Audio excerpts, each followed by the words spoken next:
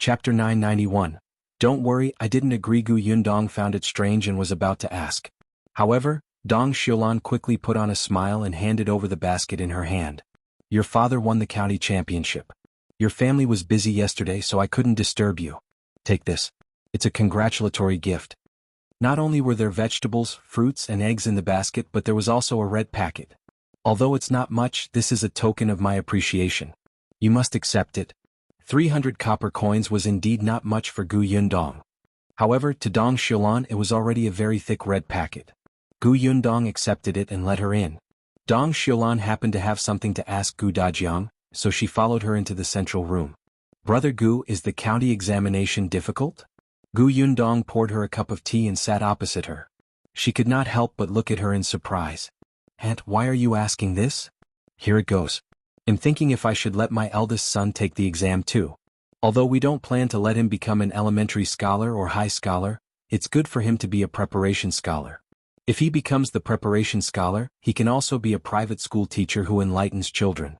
I can be at ease. In the beginning, the Zheng family had really never thought of taking the Imperial examination. They just felt that it would be easy to find work later if he could read. Didn't they see that all the employees in Yundong's shop had to read and record accounts? However, when they saw that Gu Dajiang had won the county championship, the entire village was in a heated discussion. They felt very excited and proud. Dong Xiulan couldn't help but be tempted. Gu Dajiang was very supportive of such things. If Zheng Jia has such thoughts, I can tell him about the county examination. As for whether it's easy or not, I'll have to try it to know. I can only say that there are hundreds of students participating in the county examination, but only 50 are on the rankings in the end. Madame Dong really didn't know about this. She was a little surprised. 50 out of a few hundred? Didn't this mean that if he wanted to be on the rankings, he had to be in the top 50 of the county? This was too difficult. She hesitated again. Gu Yundong said, Zheng Jia is still young. He can still study for a few more years. And you don't have to be in such a hurry. Dong Xiulan nodded. That's true. I have to go back and ask him. With that, she stood up and was about to leave.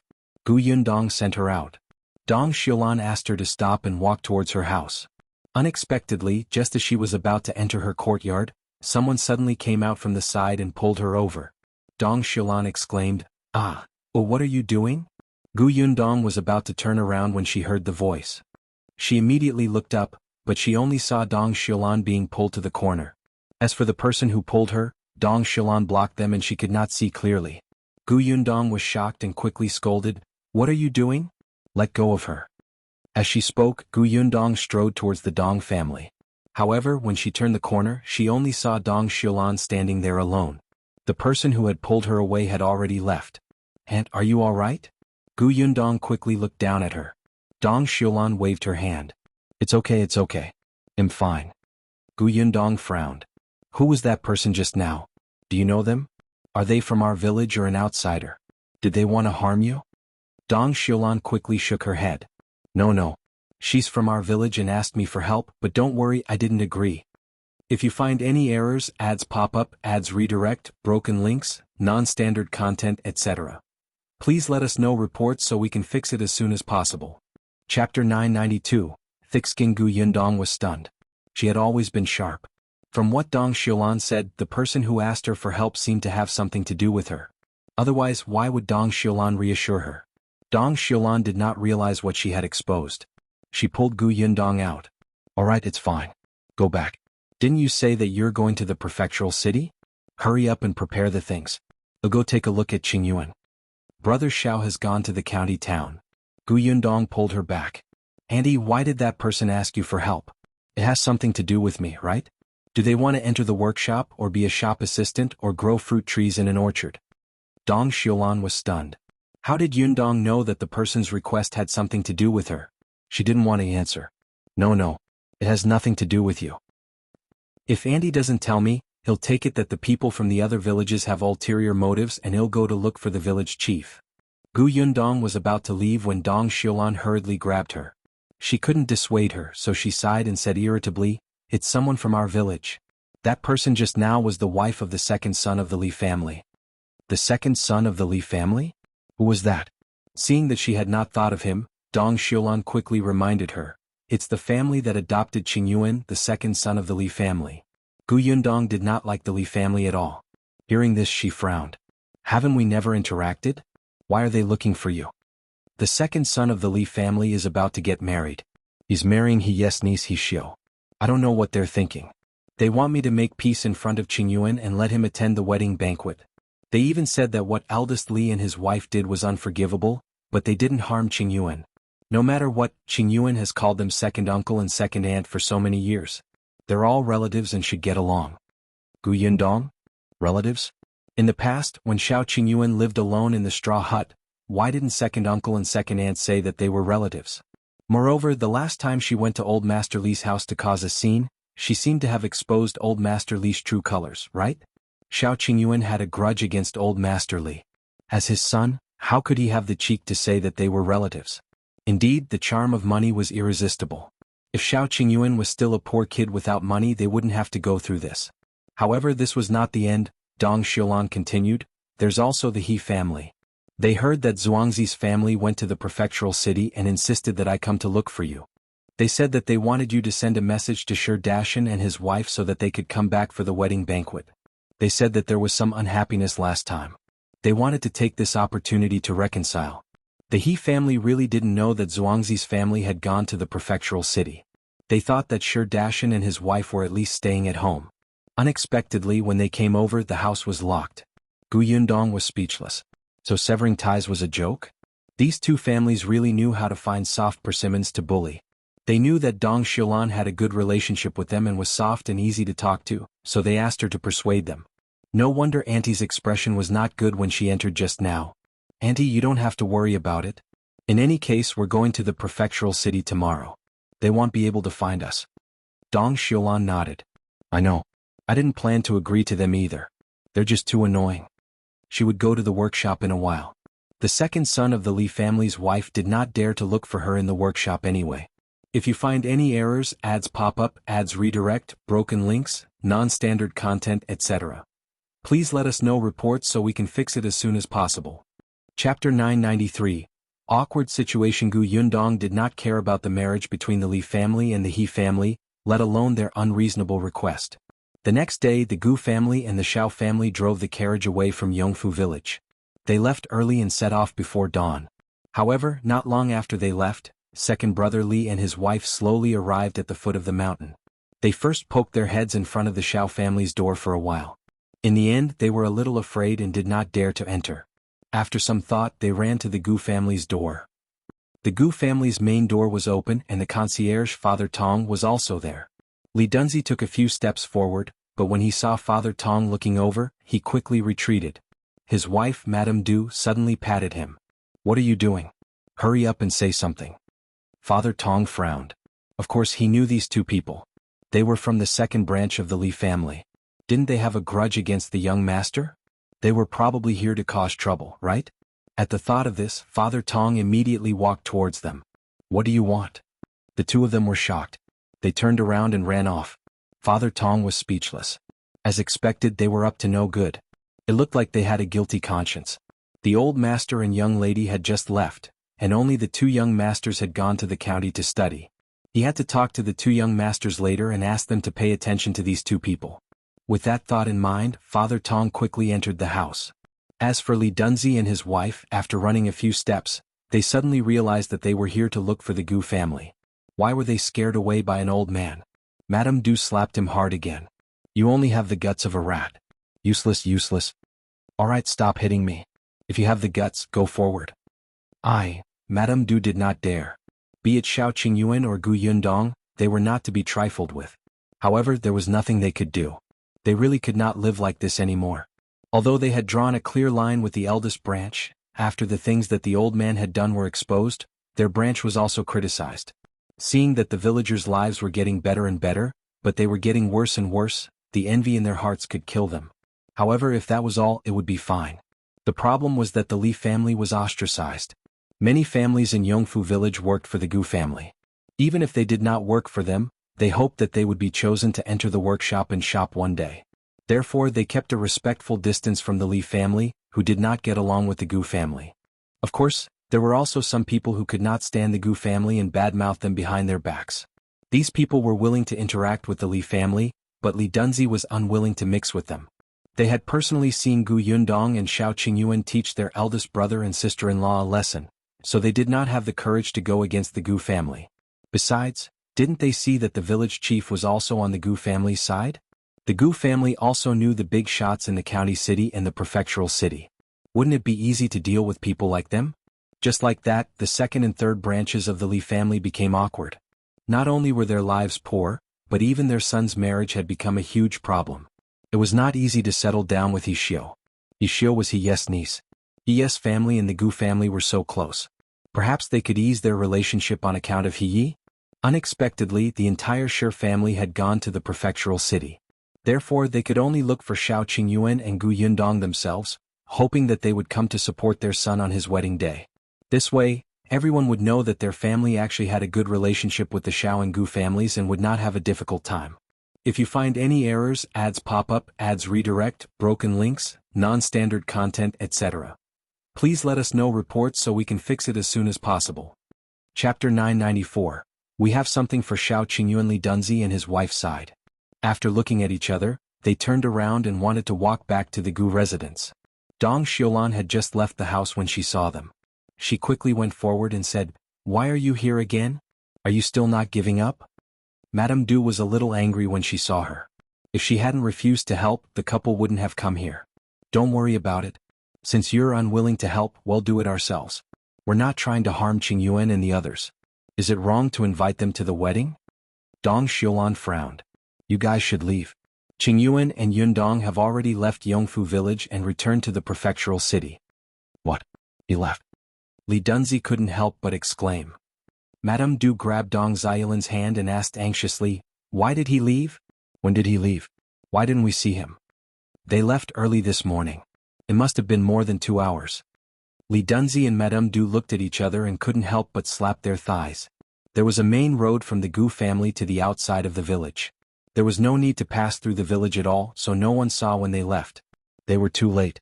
Dong Xiulan saw their vexed expressions and thought that they should have given up since they couldn't find her.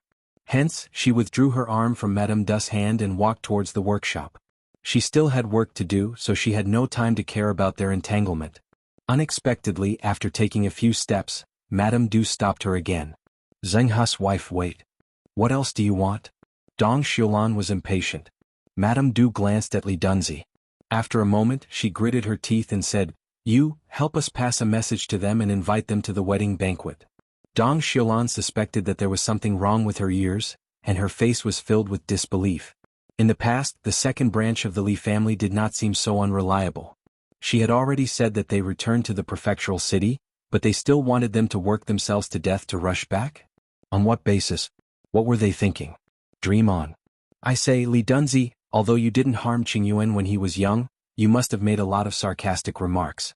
It's fine if he didn't argue with you, but you're still rushing to find trouble with him now, right?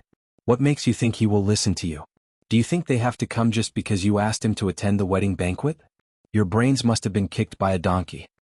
With that, Dong Xiulan walked around Madame Du and was about to leave. Unexpectedly, when they passed by Madame Du, she suddenly said, "We have something for him." Dong Xiulan was stunned and stopped in her tracks. "What do you mean?" Madame Du glanced at Li Dunzi and said, "Back then, when the old man brought him back, he actually had something on him. Later on, when the old man wasn't paying attention, I took a handkerchief. We thought that the handkerchief might have been left behind by Qingyuan's biological parents and was related to his background." Dong Xiulan's eyes widened and her breathing quickened. Are you serious?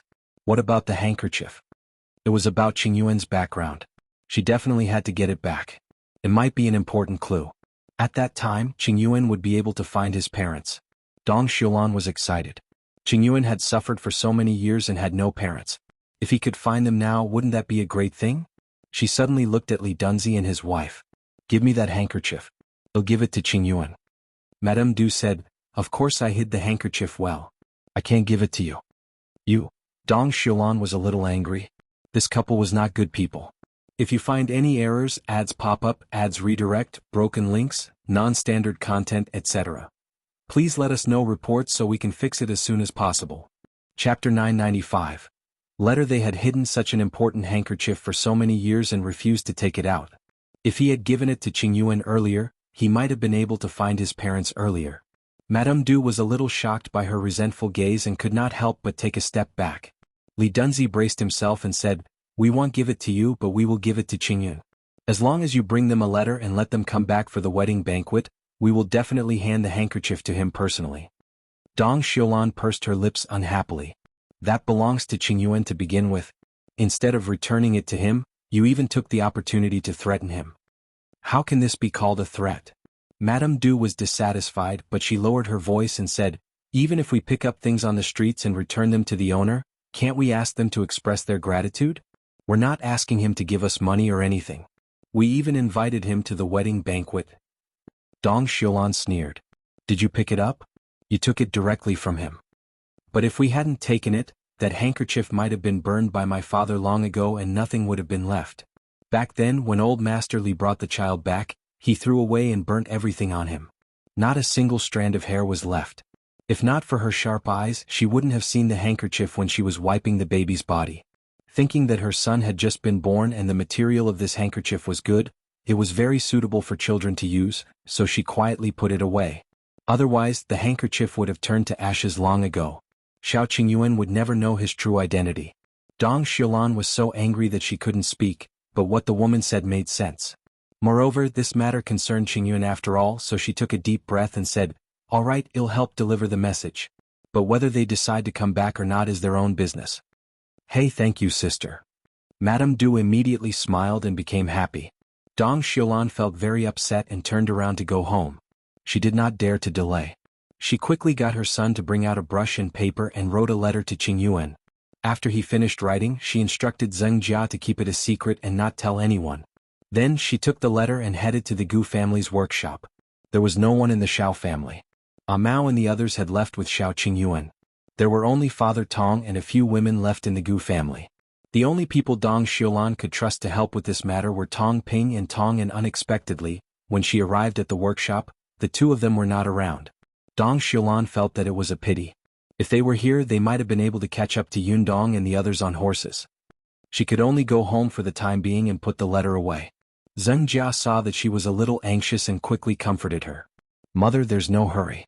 No matter what, Li Dunzi and his wife will only give the handkerchief to Brother Shao on the big day a month later. Whether we send the letter a day later or a day earlier, they will have to wait a month before returning." "You have a point." Dong Xiulan nodded and settled down. She settled down and went to the workshop to work. As she worked, she waited for Tong Ping and his brother to return. Unexpectedly, she waited until night. When Tong Ping heard that she had a letter for Shao Qingyuan, he quickly promised to deliver it tomorrow. The Gu family would make a trip to the prefectural city to deliver the goods every few days. It just so happened that tomorrow was the day Tong Ping and the others would deliver the goods. If you find any errors, ads pop up, ads redirect, broken links, non-standard content, etc., please let us know reports so we can fix it as soon as possible. Chapter 996. Difficult. The next night, Shao Qingyuan and Gu Yundong received Dong Xiulan's letter. The two of them were a little surprised. They could not care less about the fatigue of the day and hurriedly opened the letter. After reading it, the two of them were stunned. "The second son of the Li family actually has your things?" Gu Yundong's face was filled with disbelief. Shao Qingyuan frowned slightly and shook his head. "When old Li carried me home, he exchanged clothes with the third young master of the Tao family. That handkerchief might belong to the third young master of the Tao family. But it's also possible that it's yours." Gu Yundong was unwilling to let go of the only clue. After reading the letter just now, eldest brother Shao's eyes clearly lit up. This meant that he was actually looking forward to finding his biological parents. Since that was the case, what did it matter if he searched? Perhaps brother Shao's family was still looking for him after so many years? No matter what, it's just a guess now. Since the second son of the Li family wants us to attend the wedding banquet, we'll go there in a month. We'll know the results after we get that handkerchief and investigate. Shao Qingyuan nodded. "Okay. Say, if the second son of the Li family has your things, does that mean that the first son has something too?" "I don't think so. Even if there was, I'm afraid they sold it," Shao Qingyuan said. "After old Li died, I searched first brother Li's house in order to find out his background, but I didn't find anything. Moreover, Auntie Dong's letter also said that old man Li had burned all the clothes and items he was wearing back then, leaving nothing behind. It was an accident that second brother Li could obtain that handkerchief. Moreover, First Brotherly was a person who was afraid of death. If he really had something of Shao Qingyuan's, he would definitely use it as a bargaining chip when Shao Qingyuan went to beat him up. Gu Yundong felt a little regretful. It seemed that they could only wait until they saw Second Brotherly in a month. There's no hurry. Shao Qingyuan placed the letter on the candle and lit it. After watching it gradually burn to ashes, he said, "On the other hand, the cowpox vaccination can't wait. Tomorrow, we'll go to the Dai residence first and convey the Emperor's decree to Lord Dai." Speaking of this, Gu Yundong felt a headache. The Emperor was too good at giving people trouble. This is not easy to do. After all, no one has ever tried the cowpox vaccination. Everyone is afraid of death, and I'm afraid no one is willing to be the first test subject.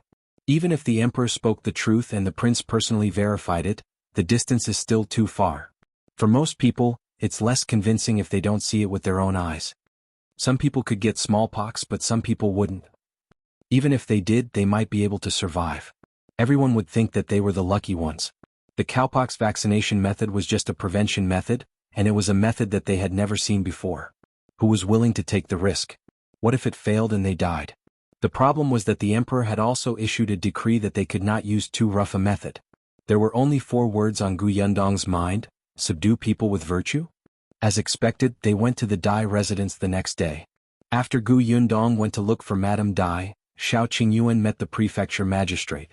After hearing the decree brought by Shao Qingyuan, the Prefecture Magistrate frowned fiercely. The first sentence was, "This matter is not easy to handle." He sighed and walked around twice. Finally, he stood in front of Shao Qingyuan and asked him, "Do you have an idea?" "There is one. If you find any errors, ads pop up, ads redirect, broken links, non-standard content, etc. please let us know reports so we can fix it as soon as possible." Chapter 997, It's good if you can't get it. There was one? The Prefecture Magistrate instantly perked up and looked at him with burning eyes.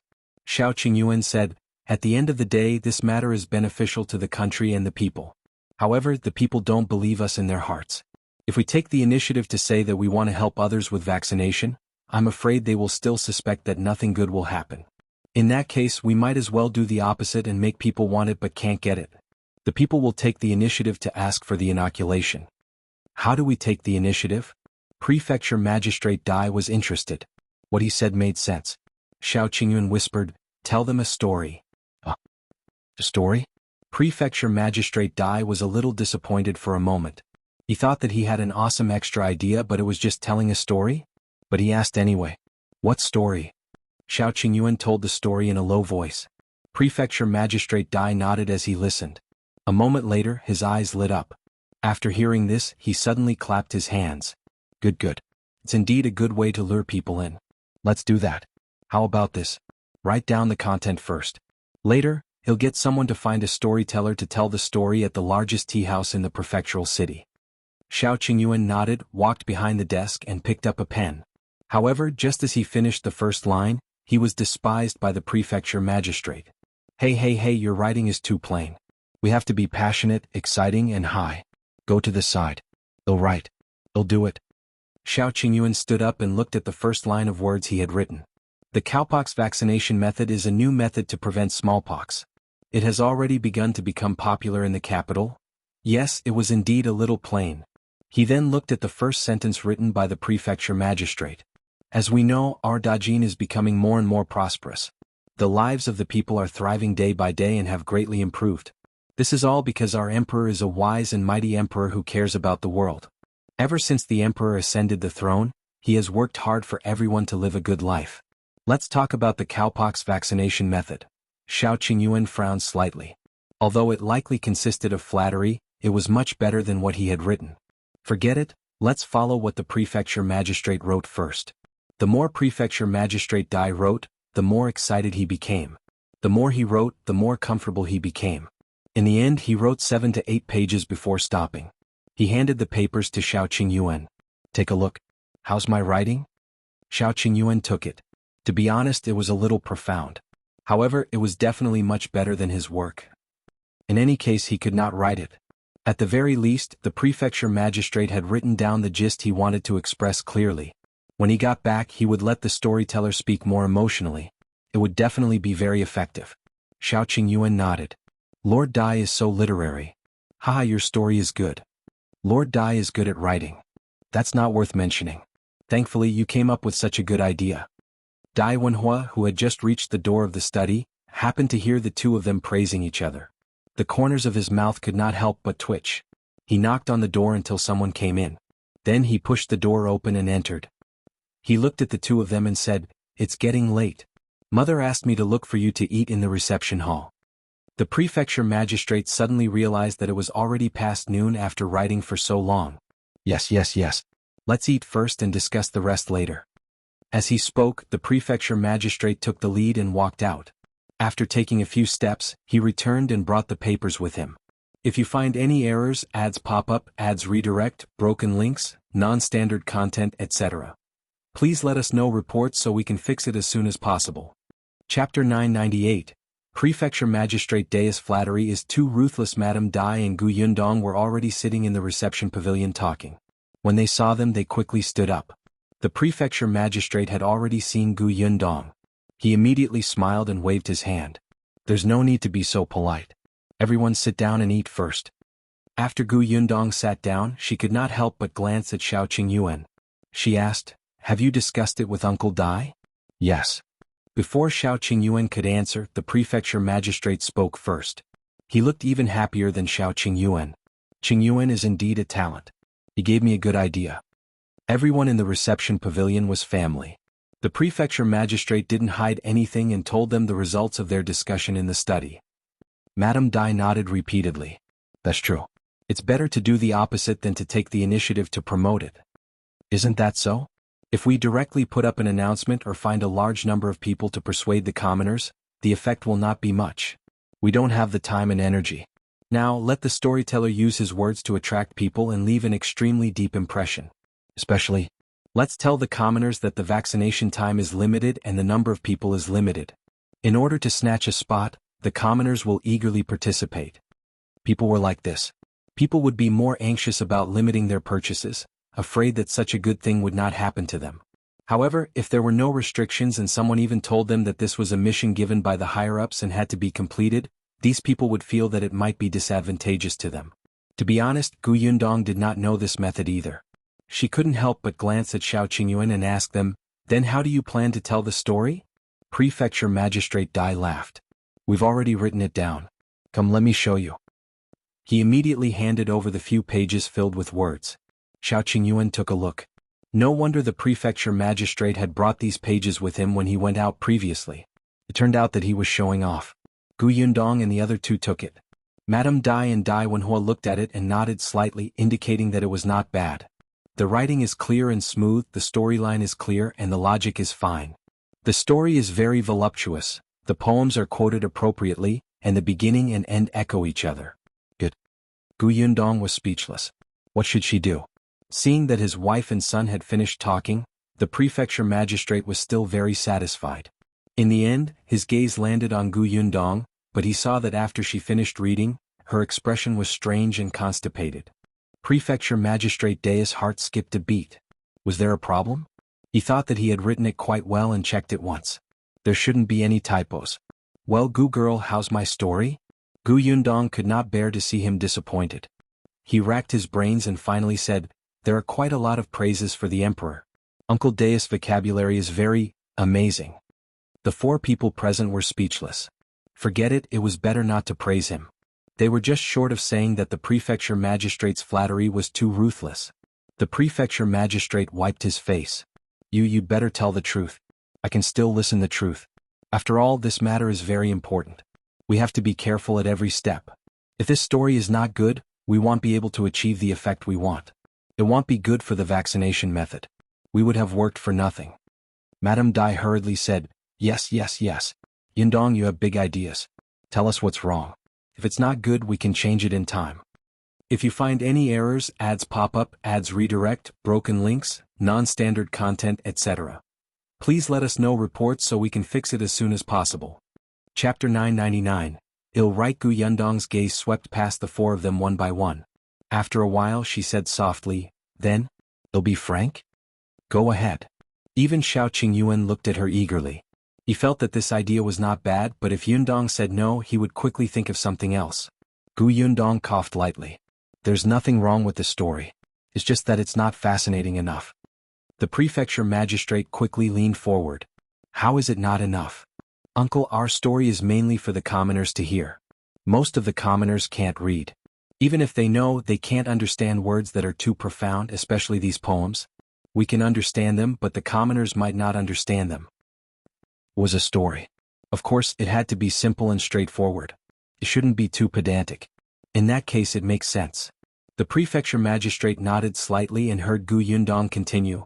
After all, a story is different from an article. In addition to being logical, the most important thing in the book is to set up suspense to attract people's attention so that people can guess and look forward to the next plot. What's more, the first sentence is especially important. It's best to be concise and straightforward and get to the point. The words are too gorgeous, making people sleepy. The Prefecture Magistrate, who felt that his first sentence was very interesting, was speechless. Shao Qingyuan, who felt that the Prefecture Magistrate's writing was much better than his, was speechless. Madame Dai and young Master Dai, who felt that the first sentence would definitely make the Emperor happy, were speechless. This first sentence seemed to be, indeed, not concise enough. The Prefecture Magistrate felt that he had been dealt a blow.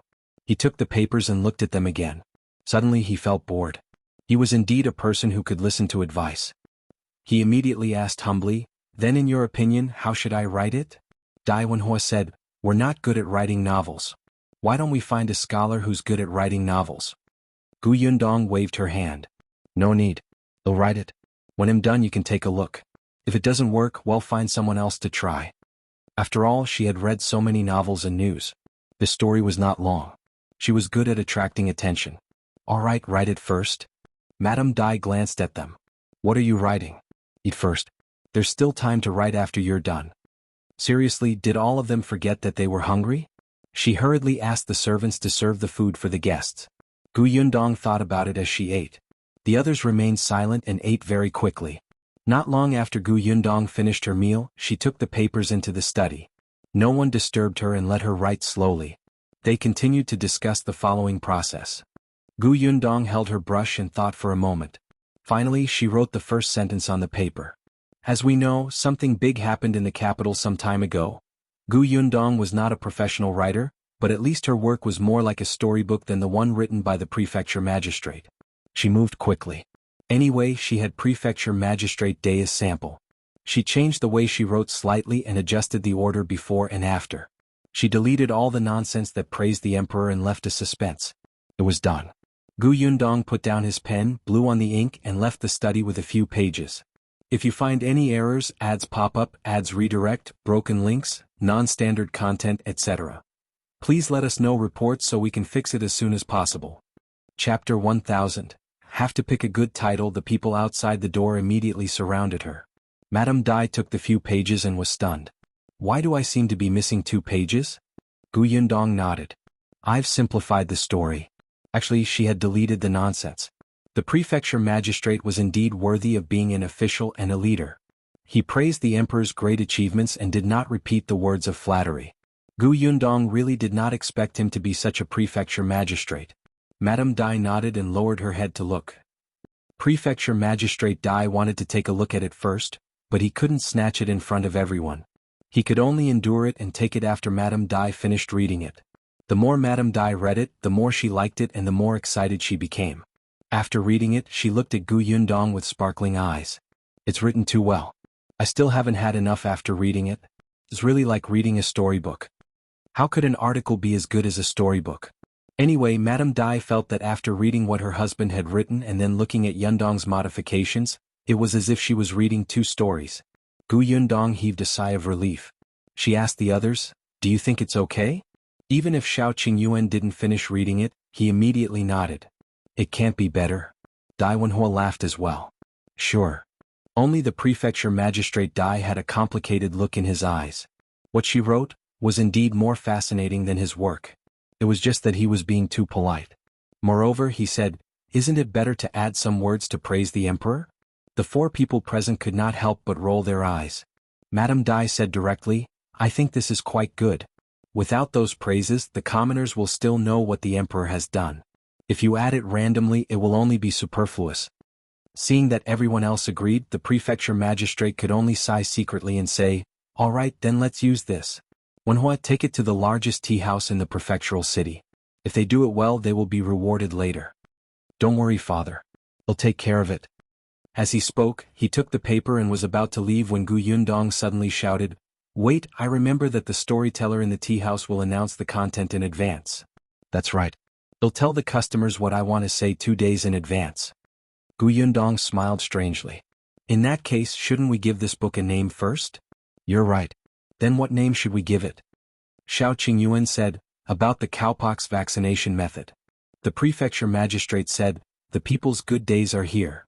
Dai Wenhua said, there's finally hope for smallpox. Madame Dai said, as parents we can finally rest assured. Gu Yundong, are you all serious? What kind of title was this? If it were her, she would definitely not enter the tea house to listen to a story because of this ridiculous title. Seeing her speechless expression, the four of them were stunned. Wasn't it quite in line with the content? Why did she look unsatisfied? Yundong, do you have any good titles? Gu Yundong took a brush and paper and wrote one on a piece of paper. The four of them stuck their heads out to take a look. Wasn't this title a little too far? Gu Yundong wrote a couple more. The few of them stuck their heads out and discussed carefully for a while before finally choosing one. After settling down the title, Gu Yundong finally heaved a sigh of relief. Dai Wenhua immediately left the Dai residence with a few pieces of paper. When he walked out of the door, he instantly felt that the things in his hand were worth thousands of gold. If you find any errors, ads pop up, ads redirect, broken links, non-standard content, etc., please let us know reports so we can fix it as soon as possible. Chapter 1001, Shock. People in the capital are scared. The largest tea house in the prefectural city was called Fortune Tea House. This tea house had been in operation for more than 100 years and was an old brand. The owner of the tea house knew how to put in a lot of effort. Not only were the tea leaves diverse, but there were also all kinds of snacks. Previously, after Gu Yundong's new tea house opened for business, the owner of the tea house came to contact them. Gu Yundong and the others did not hide anything and had business dealings with Fortune Tea House. Apart from that, the Fortune Tea House had another specialty, which was the storyteller. The stories told by the storyteller here were very novel and especially emotional. What was even more amazing was that there were people playing drums and gongs behind the screen. Therefore, there were many people who came to the tea house because of its reputation. The guests in the tea house did not care about their status. There were private rooms upstairs for the guests who could afford to spend. The guests who were less rich could still share a table in the lobby downstairs. Therefore, the business of the tea house was exceptionally good. Sometimes there was even a queue. Hence, even if Gu Yundong and the others opened the new tea pavilion, it did not affect their customer base. Dai Wenhua entered this building. This time he directly conveyed the government's orders. The owner of the Fortune Tea House had to cooperate. However, after the owner saw what Dai Wenhua had brought, he was immediately interested. Even without the government's orders, he wanted to buy it. Except, young Master Dai, is this story true? Of course it's true. How can such a matter that concerns the lives of hundreds of thousands of people be fake? The owner nodded. That's right. Lord Dai has always loved the people like his son. I believe him. He was even slightly excited. He asked in a low voice, but are there really only a few hundred free spots in front? Can you leave a few for us? You've helped us so much. Of course. Dai Wenhua tried his best to suppress the smile on his face. Look, Shao Qingyuan was right. There was a limit to the number, so everyone was fighting to pre-order. Even the owner of the tea house, who was so knowledgeable, was so tempted, let alone others. However, this was inseparable from the good reputation his father had left behind after being an official for many years. Dai Wenhua believed that their plan would be launched soon. The owner immediately smiled. Thank you, young Master Dai. Dai Wenhua cupped his hands and left quickly. As soon as they left, the owner quickly found the storyteller and asked him to memorize the contents of these few pages. When the time came, he would definitely finish speaking without missing a word. Seeing that his boss valued it so much, the storyteller hurriedly took the few pieces of paper carefully.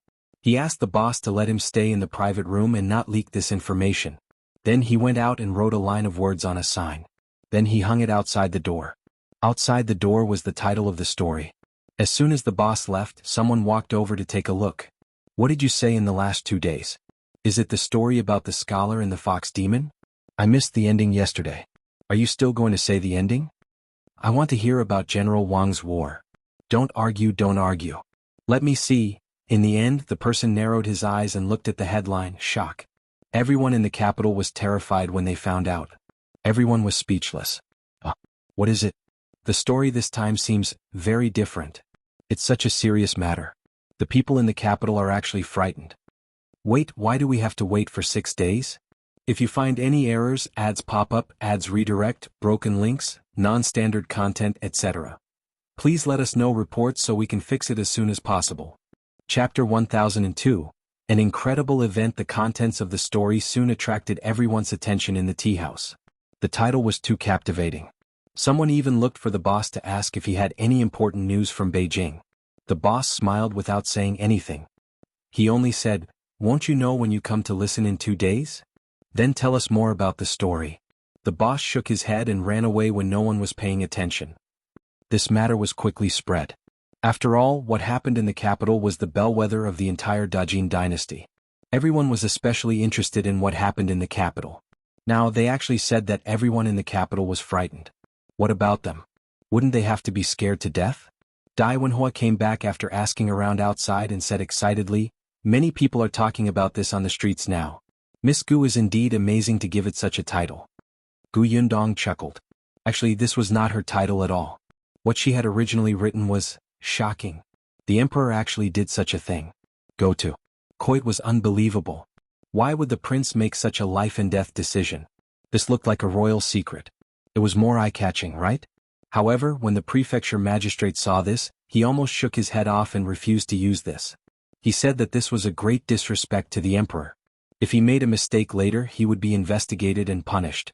Gu Yundong had no choice but to settle for second best and take another one. Although the effect seemed to be alright, she still felt a little regretful. As for why the storyteller had to wait 6 days before he started, it was naturally to leave enough time for Shao Qingyuan and the others to make other preparations. Of course, it could also let the matter continue to ferment. Since there were no more problems about the storytelling in the tea house, the prefecture magistrate began to gather the doctors in the prefectural city. It was definitely impossible for Shao Qingyuan to inoculate the citizens of the entire Xuanhe prefecture with cowpox vaccination. He had to tell the doctors how to operate first, and everyone had to work together. However, as Shao Qingyuan had said, no matter if it was a doctor or a commoner, they had to be sought after. In order to avoid unnecessary doubts and trouble, the prefecture magistrate released a piece of news. There was finally a solution to a certain incurable disease. The Imperial physicians of the Imperial hospital planned to choose a portion of talented doctors and teach them this method. If there were any doctors who were interested, they could report to the prefectural city's government office in the near future. The government office would choose 10 suitable people. Yes, there were only 10 spots. First come, first served. As soon as this news came out, the doctors from the various medical centers in the prefecture capital were the first to report to the government office. The prefecture magistrate registered all the names. However, he was also afraid that all the doctors would come and cause the medical centers in the city to be empty. The patients would not be able to seek a doctor, so he limited the conditions. For example, there could only be 2 people participating from each clinic. This restriction made these doctors even more tempted and eager. 6 days later, the doctors had already gathered. Even many doctors from the various county cities below had arrived. The prefecture magistrate tidied up a few courtyards and rooms behind the government office and let everyone stay there. Shao Qingyuan officially began his lesson. At the same time, the storyteller of the fortune tea house suddenly slammed the wood and the gong and drum behind the screen sounded heavily. Then they began to talk. As we know, something big happened in the capital some time ago. If you find any errors, ads pop up, ads redirect, broken links, non-standard content, etc. Please let us know reports so we can fix it as soon as possible. Chapter 1003. This person is handsome and cool. The fortune tea house was filled with people. The private rooms upstairs were all full, and the lobby downstairs was filled with people sitting or standing. Even the windowsill at the door was filled with people. Everyone was listening to the story. It was really because the publicity this time was especially awesome. It was not only because of the shocking title, but also because Prefecture Magistrate Dai had gotten someone to secretly promote it. Hence, Fortune Tea House had an unprecedented number of customers today. The storyteller was inexplicably a little nervous, but he was experienced and quickly immersed in the story. By the way, at the end of last year, a person suddenly came to the capital. This person is young and handsome. Most importantly, he has good skills. The storyteller said mysteriously, "This person is travel-worn and exhausted. After arriving in the capital, he immediately went to the residence of Imperial Physician Song, the head of the Imperial Hospital. He used all his strength to knock on Imperial Physician Song's door and fainted. Everyone, guess why this person ran to Imperial Physician Song's house? Someone immediately guessed. Why else? Of course it's because he has an incurable disease and asked Imperial Physician Song to treat him. No. The storyteller shook his head. Could it be that Imperial Physician Song's relative was in trouble and wanted his help? The storyteller still shook his head. No.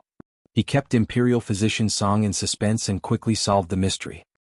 He looked for Imperial Physician Song because he had a secret medical prescription and wanted to hand it to Imperial Physician Song. Unfortunately, he shook his head and everyone immediately straightened up. Unfortunately what? Could it be that he didn't wake up after fainting? Go upstairs. Gu Yundong could not help but twitch his lips. Why are you so black-hearted? Can't you expect something good from them? The storyteller slapped the wood again and shook his head. It's a pity that for a nameless commoner didn't have a visiting card or recommendation. How difficult was it to meet the head of the Imperial Hospital? The gatekeeper didn't allow anyone to enter at all. This person was chased out before he even saw Imperial Physician Song. However, he didn't give up. This medical prescription concerned thousands of commoners. Only by handing it to Imperial Physician Song could it be handed to the Emperor. Only then could it be announced to the world so that no families in the world would be destroyed because of the illness. Hence, he dragged his exhausted body and guarded Imperial Physician Song's residence, thinking that he would definitely be able to see him when the sky turned dark. However, what he didn't know was that Imperial Physician Song happened to go out to gather herbs and wouldn't come back at all today. Everyone think about it. It's December. It's so cold in the capital. He endured all the cold and waited outside for 3 days and 3 nights before Imperial Physician Song finally returned. When Imperial Physician Song saw his pale face and stiff body suddenly appear, he was shocked. Fortunately, Imperial Physician Song was benevolent. Seeing that he was trembling from the cold, he quickly got someone to bring the man back into the residence and let him eat something and drink hot water. Only then did he slowly recover. Who knew that this person's body would warm up and he could finally speak fluently? He immediately grabbed Imperial Physician Song's hand and said impatiently and excitedly, Imperial Physician Song, the illness that has been troubling us for thousands of years can finally be resolved.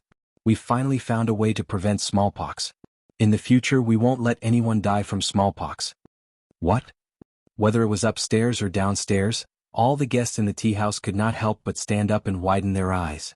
If you find any errors, ads pop up, ads redirect, broken links, non-standard content, etc., please let us know reports so we can fix it as soon as possible. Chapter 1004. Willing to go to the 18th level of hell? What illness did you just say? Smallpox? Some people were so excited that they wanted to rush forward. Fortunately, the waiter was smart and quickly stopped them. Everyone calm down. Wait for the storyteller to finish speaking. A distinguished guest upstairs questioned, how is that possible? Since ancient times, no one has ever found a way to treat smallpox. You're bragging. The storyteller smiled. This gentleman is right. Imperial Physician Song didn't believe it either. Wasn't this nonsense? How could you treat such a life and death matter just like that? Impossible. Imperial Physician Song was angry. Imperial Physician Song was furious. Imperial Physician Song wanted to chase this person out. But this person firmly swore that if he said anything false, he would go to the 18th level of hell and be dismembered by 5 horses. He would be cut into 1,000 pieces and never reincarnate. Upstairs, Gu Yundong was speechless. Did she write such a sentence? Could you not add it randomly? However, the storyteller became more and more excited as he spoke. His face turned red and he slapped the wood in his hand. The entire Fortune tea house fell silent. Everyone was so shocked by this oath that they didn't even dare to breathe loudly. How ruthless was this? He had sworn such a heavy oath to himself. Imperial Physician Song was shocked. When he saw how confident this person was, he thought that if what the man said was true, wouldn't it benefit the people? No one would wait for death because of smallpox anymore. How shocking would this be for the people of the world? He spoke passionately and the people below also felt their blood boil. The storyteller paused and lowered his voice. Therefore, Imperial Physician Song was skeptical and patiently listened to him talk about the medical prescription. Unexpectedly, the more he listened, the more excited he became. The more he listened, the more he acknowledged the medical prescription. He immediately clapped his hands and cheered 3 times. However, as the head of the Imperial Hospital, Imperial physician Song did not see the effect of this prescription with his own eyes. Naturally, he would not announce it to the world. He had to be responsible to the world. Hence, he pushed everything aside and focused on experimenting with this prescription. He even applied for leave from the emperor. A month later, Imperial physician Song came out of the residence with a tired expression. However, his eyes emitted a light that was so hot that it could burn people. He entered the royal palace overnight and reported to the current emperor immediately. The storyteller cupped his hands towards the east. Everyone knows that His Majesty is wise. Ever since His Majesty ascended to the throne, he has been working hard to rule. He is wise and mighty and he loves the people like his children. He can be said to be an emperor for thousands of years. He sent disaster relief in Yongning Prefecture, and he killed corrupt officials Wanqing Prefecture. Just take our Xuanhe Prefecture for example. The thieves on the mountain were also captured by the soldiers of the emperor. Only then can we commoners have our current good lives, right? Yes. This was true. The current emperor had only ascended the throne not long ago, but everything he did was for the sake of the common people to have a better life. The storyteller was satisfied. Therefore, although His Majesty was woken up in the middle of the night, when he heard that Imperial physician Song had brought over a medical prescription that could prevent smallpox, he immediately lost all his anger. He was extremely excited and filled with anticipation as he discussed with Imperial physician Song until midnight. The next day, His Majesty even personally left the royal palace to verify the results. Seeing that the medical prescription was really useful, the emperor was overjoyed. He waved his sleeve on the spot and gave the medical prescription a name: cowpox vaccination method. The meaning is very simple. It means that those who are infected with cowpox will never be infected with smallpox again. Everyone was stunned. Cowpox infection? Are you serious? Someone asked softly. The storyteller said loudly, good question. If you find any errors, ads pop up, ads redirect, broken links, non-standard content, etc. Please let us know reports so we can fix it as soon as possible. Chapter 1005. Everyone in the capital is scared. After the emperor announced the cowpox vaccination method, everyone was questioning if this vaccination method was really useful. Is it true? If it's fake, won't they lose their lives? The storyteller continued, even though the emperor repeatedly guaranteed that there was no problem, and more than 30 to 40 people had already been vaccinated with cowpox, and the emperor had seen it with his own eyes, many people still had doubts. The emperor was anxious. What should he do? This kind of thing that benefits the people is originally a great thing, but no one is willing to try it. Wouldn't it be a waste of such a good medical prescription? Every year, people who get smallpox would still die in batches. The emperor's heart was bleeding. These are his people. He wants to save everyone's lives. The storyteller screamed at the top of his lungs. Some people below had already begun to wipe their tears.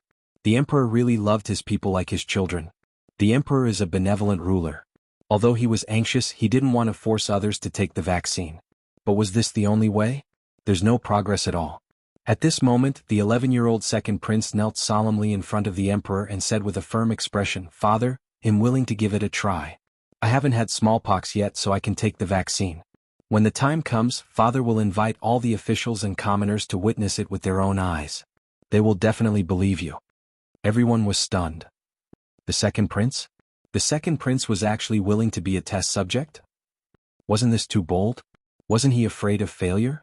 The storyteller was shocked. Everyone, you didn't hear wrongly. The second prince really wanted to test it himself. The first prince had had smallpox before. Even if he wanted to help, there was nothing he could do. However, the second prince never had it. If he wanted to test it, he must be gambling with his life. Once this shocking action spread, everyone in the capital was terrified. Very good, it was time to ask the questions. Upstairs, Gu Yundong nodded slightly and took a sip of water. She did not randomly pick a title, right? How appropriate. Go to. The guests in the tea house widened their eyes. But wasn't that so?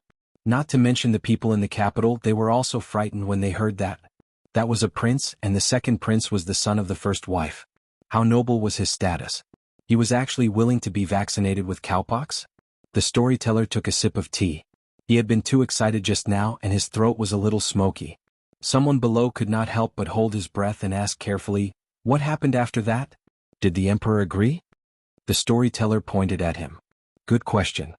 Everyone was paying attention to this matter. In less than a day, it shocked the court. None of the officials in the capital agreed. They all submitted reports to plead with the emperor to dispel the second prince's thoughts.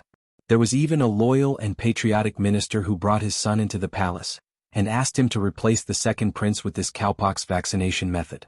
Guess what the emperor said? The storyteller paused. Before anyone could speak, he continued, the emperor said, "My son is a prince. He is respected by tens of thousands of people and praised by the world. He enjoys power and doesn't have to worry about food and clothing. Then, it's only right for him to do something for the people of the world. For the sake of the people of the world, I agree with him to personally test the cowpox vaccination method. You don't have to persuade me anymore. This matter is settled." Everyone present sucked in a sharp breath. His Majesty agreed just like that? The emperor has blessed the world. It's the blessing of the people to have such a wise ruler. It's the blessing of the world. If you find any errors, ads pop up, ads redirect, broken links, non-standard content, etc., please let us know reports so we can fix it as soon as possible. Chapter 1006. Too effective. Many people were grateful. They knelt down and shouted, "Long live the emperor! Long live the emperor!"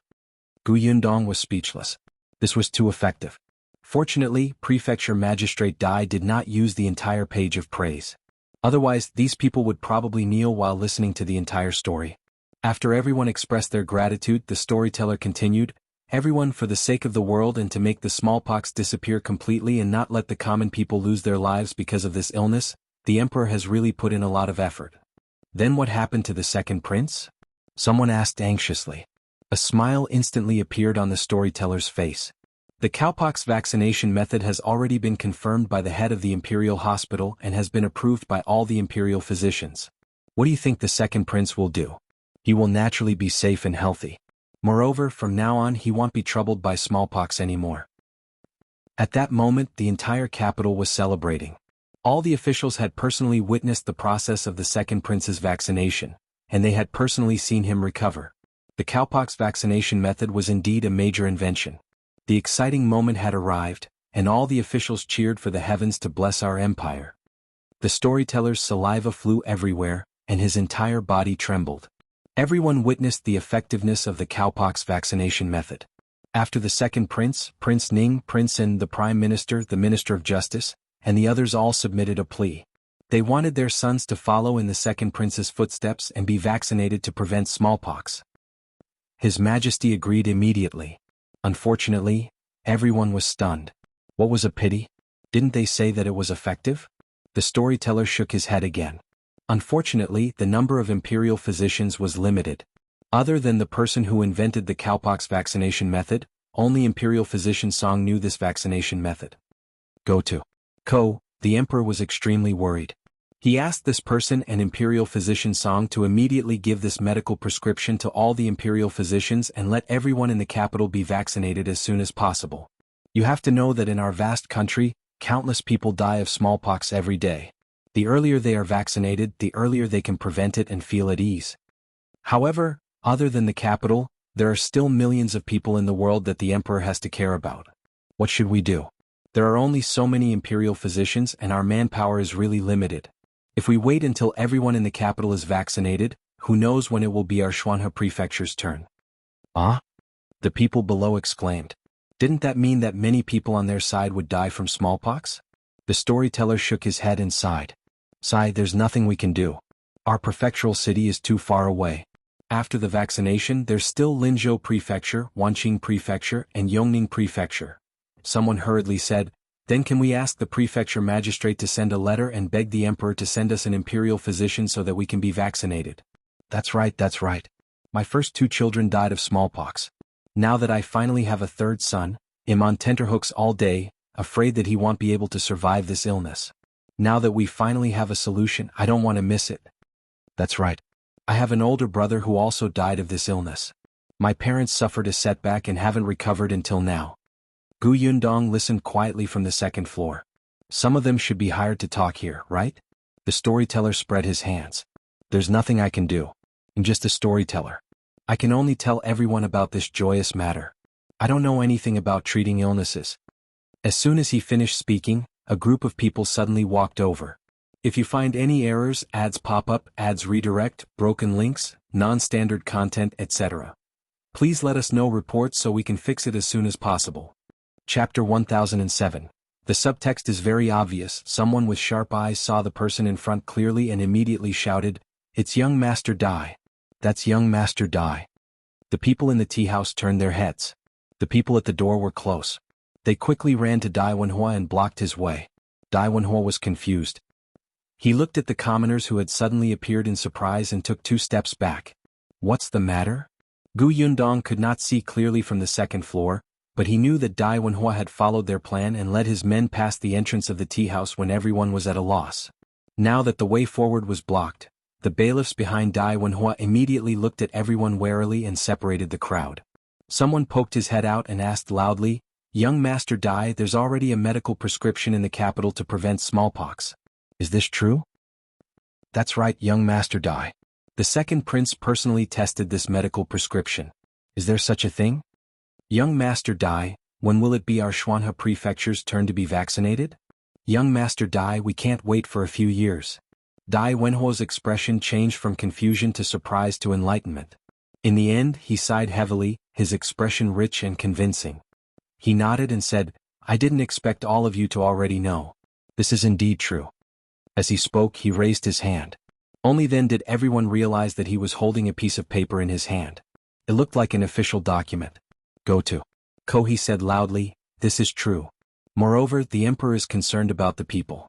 A few days ago, he has already sent official documents to the various government offices and sent an imperial physician over to teach the doctors of the various prefectures about the cowpox vaccination method. Everyone should have heard that the government offices summoned the doctors of the various medical halls a few days ago for this matter. After all the doctors learn it, they will naturally inoculate everyone." Someone in the crowd asked loudly, "Can the doctors learn it? Can the imperial physician sent by the imperial court inoculate us?" "Good. Erase the point." Dai Wenhua said, "The imperial physician sent by the imperial court will stay in the Xuanhe prefecture for 3 months and personally guide the local doctors to inoculate everyone. After 3 months, the imperial physicians will return to the capital. Everyone knows that the imperial physicians belong to the imperial hospital. It's already not easy for them to leave the capital and come to the Xuanhe prefecture for 3 months. Therefore, if everyone is worried, try your best to come to the government office for inoculation within 3 months. Yes, just 3 months. If you don't hurry, you won't get a share. Don't hesitate. When the imperial physician leaves, you can only let the local doctors vaccinate you. By the way, because there are many people in the prefectural city, the number of people vaccinated every day is limited. For the time being, only 200 people are allowed to be vaccinated every day. After 200 people are vaccinated, you will have to wait for a day. Of course, you can register first and come when the time is right." Yes, not only was there a time limit, but there was also a limit to the number of people. Therefore, if you didn't sign up today, you might have to wait until 3 months later. Also, Dai Wenhua continued, "The imperial physicians sent by the emperor are free to inoculate everyone. This is the emperor's grace. However, after the imperial physicians leave, whether the doctors in the prefecture city want to charge will depend on themselves. After all, the doctors also have to make money. Yes, if they did not hurry up, not only would they not have a chance, but they would also have to spend money. They would have to think about it." The subtext was already very obvious. After Dai Wenhua finished speaking, he waved the paper in his hand and said, "This is an official document. Everyone make way. I want to paste it at the city gate. If there's anything you don't understand, just look at it yourself. If you find any errors, ads pop up, ads redirect, broken links, non-standard content, etc. Please let us know reports so we can fix it as soon as possible." Chapter 1008. More and more people. The bailiffs separated the crowd and let Dai Wenhua walk forward. The others still wanted to ask, but one of the bailiffs stayed behind and said loudly, "If you have any more questions, you can ask at the government office. Those who want to register, please go to the government office as soon as possible to find the registrar." As soon as he said this, a few people had already run away. Seeing this, the others couldn't care less. Afraid that they would fall behind, they hurriedly followed. As expected, there was already a registrar sitting at the entrance of the government office. The first person rushed to him with sweat all over his face. "Sir, is the registration for cowpox vaccination method here? I'm here for registration now. Can I be vaccinated soon?" The registrar shook his head. "Of course not. The cowpox vaccination will only begin the day after tomorrow. However, you can remember the name first. Not to mention that Qingyuan was still teaching the other doctors the cowpox vaccination method, just the cowpox liquid was not that easy to collect. The man swallowed and hesitated. Should he really register? Should he really be vaccinated? However, before he could figure it out, someone pushed him from behind. Do you want to register or not? If you don't want to, move aside. Don't block my way. The registrar looked up at him. Good. They must have found the shill. He raised his hand and asked the person, name, address. My name is Hidanio. I live in the prefectural city's Hulu Alley. Not only do I have to be vaccinated, but I also have to sign up for my younger siblings. And I go to. Before she could finish, she was pushed aside by the first person. What's the hurry? I haven't said anything. That person did not argue with him. All right. Hurry up. The first person immediately mentioned 3 or 4 names. Soon, another large group of people arrived. All of them scrambled to squeeze in front of the desk. Fortunately, a bailiff ran over and asked someone to line up first. There were a lot of people. Most of them were listening to books on the first floor of Fortune Tea House. The people on the second floor all had some wealth. When they came over, they were very slow. Moreover, they were actually still a little hesitant in their hearts. They wondered if they should just let these ordinary people test it to confirm that it was safe. Therefore, even though they had come, most of them were still standing far away and had no intention of registering. Unexpectedly, a moment later, the registrar suddenly shouted, "The 200 slots for the first day are already full. Now start registering for the second day." What? It's already the second day? Didn't only a dozen people pass in front? The registrar said loudly, although only a dozen or so people have gone over, everyone has reported their siblings, sons, daughters, nephews, and nieces. Every person has already reported many names, so the spots are naturally full. What? That worked? The crowd immediately became anxious. Those wealthy families who originally wanted to observe also became anxious. However, at this moment someone shouted, "My family is in Fengkai County. Sir, can you leave a few spots for us? When my family comes, we can fill them in directly." I have to tell my uncles in the countryside. This time it was like poking a hornet's nest. Those who were originally hesitating no longer hesitated and quickly went forward to sign up. Those who couldn't make up their minds immediately got someone to inform their families. There were also commoners who did not go to the tea house to listen to the story. When they saw that there was a long line at the entrance of the county office, they immediately came over curiously to ask about the situation. Immediately, someone explained the process to them vividly. There were more and more people. If you find any errors, ads pop up, ads redirect, broken links, non-standard content, etc. Please let us know reports so we can fix it as soon as possible. Chapter 1009. Another shocking title. Everyone in Fortune Tea House had left. Only Gu Yundong was still upstairs. She slowly finished the tea and snacks on the table. After all, she had spent money. She could not waste it. She would not stop until she finished the last peanut. The storyteller downstairs was still drinking water. He was too excited and his mouth was dry. The boss walked over at this moment and patted his shoulder. "Not bad, well said." The storyteller chuckled. "Boss, when are we going to start the second half of the story? These people are too anxious. They've all run away before you can finish." They were too anxious for a moment and afraid that I wouldn't have a spot. I can understand. When they remember later, they will naturally ask who was the first to discover that the cowpox vaccination method can prevent smallpox. "Boss, should we release the title now?" "Well, release it in 2 days." "Yes, I'll write it first." The boss was in high spirits. The story that young Master Dai had brought was indeed extraordinary. Even the question was especially attractive. The number of guests today was several times more than before, and this story was unique. He could repeat it 2 more times tomorrow and the day after. At that time, the storytellers in the other tea houses in the prefecture would probably memorize it and spread it everywhere. However, this story was only halfway through. How to resolve the suspense left behind would depend on the Fortune Tea House. The customers would definitely increase crazily. When the boss thought of this, he immediately rushed to write the title. Go to. After a while, Gu Yundong finally brought Tong Shuetao downstairs. When she walked behind the boss, she couldn't help but take a look. Indeed, she saw the eye-catching headline. Oh my God! The person who invented the cowpox vaccination method was actually him. Gu Yundong coughed quietly. Why did he feel so ashamed? She waved and quickly left with Tong Shuetao. When the carriage passed by the entrance of the government office, it was indeed crowded and bustling. The news about the cowpox vaccination method was completely popular. Everyone was discussing it. The number of registrars at the entrance of the government office had also changed from 1 to 3. The queue was very long. Gu Yundong lowered the curtain and sighed slightly. I only realized now that there are so many people in our prefectural city. Today there aren't too many people. Many people still don't know this news. Tomorrow will probably be even more lively. Tong Shuetao steered the carriage in a different direction to avoid bumping into others. However, just as she was about to leave, she suddenly saw a familiar figure squeezing through the crowd. She hurriedly pulled the reins. Miss, is that Shao Yuan? Gu Yundong took a closer look. Wasn't that so? Shao Yuan was small and was also at the back of the queue. However, there were too many people around her. Gu Yundong saw her being pushed around a few times. Her feet seemed to have been stepped on a few times. It was so painful that her face turned pale. There were also people who spoke ill of her. If not for the fact that there were bailiffs protecting the peace, she would have been thrown out. Gu Yundong paused. She immediately got off the carriage and walked towards Shao Yuan.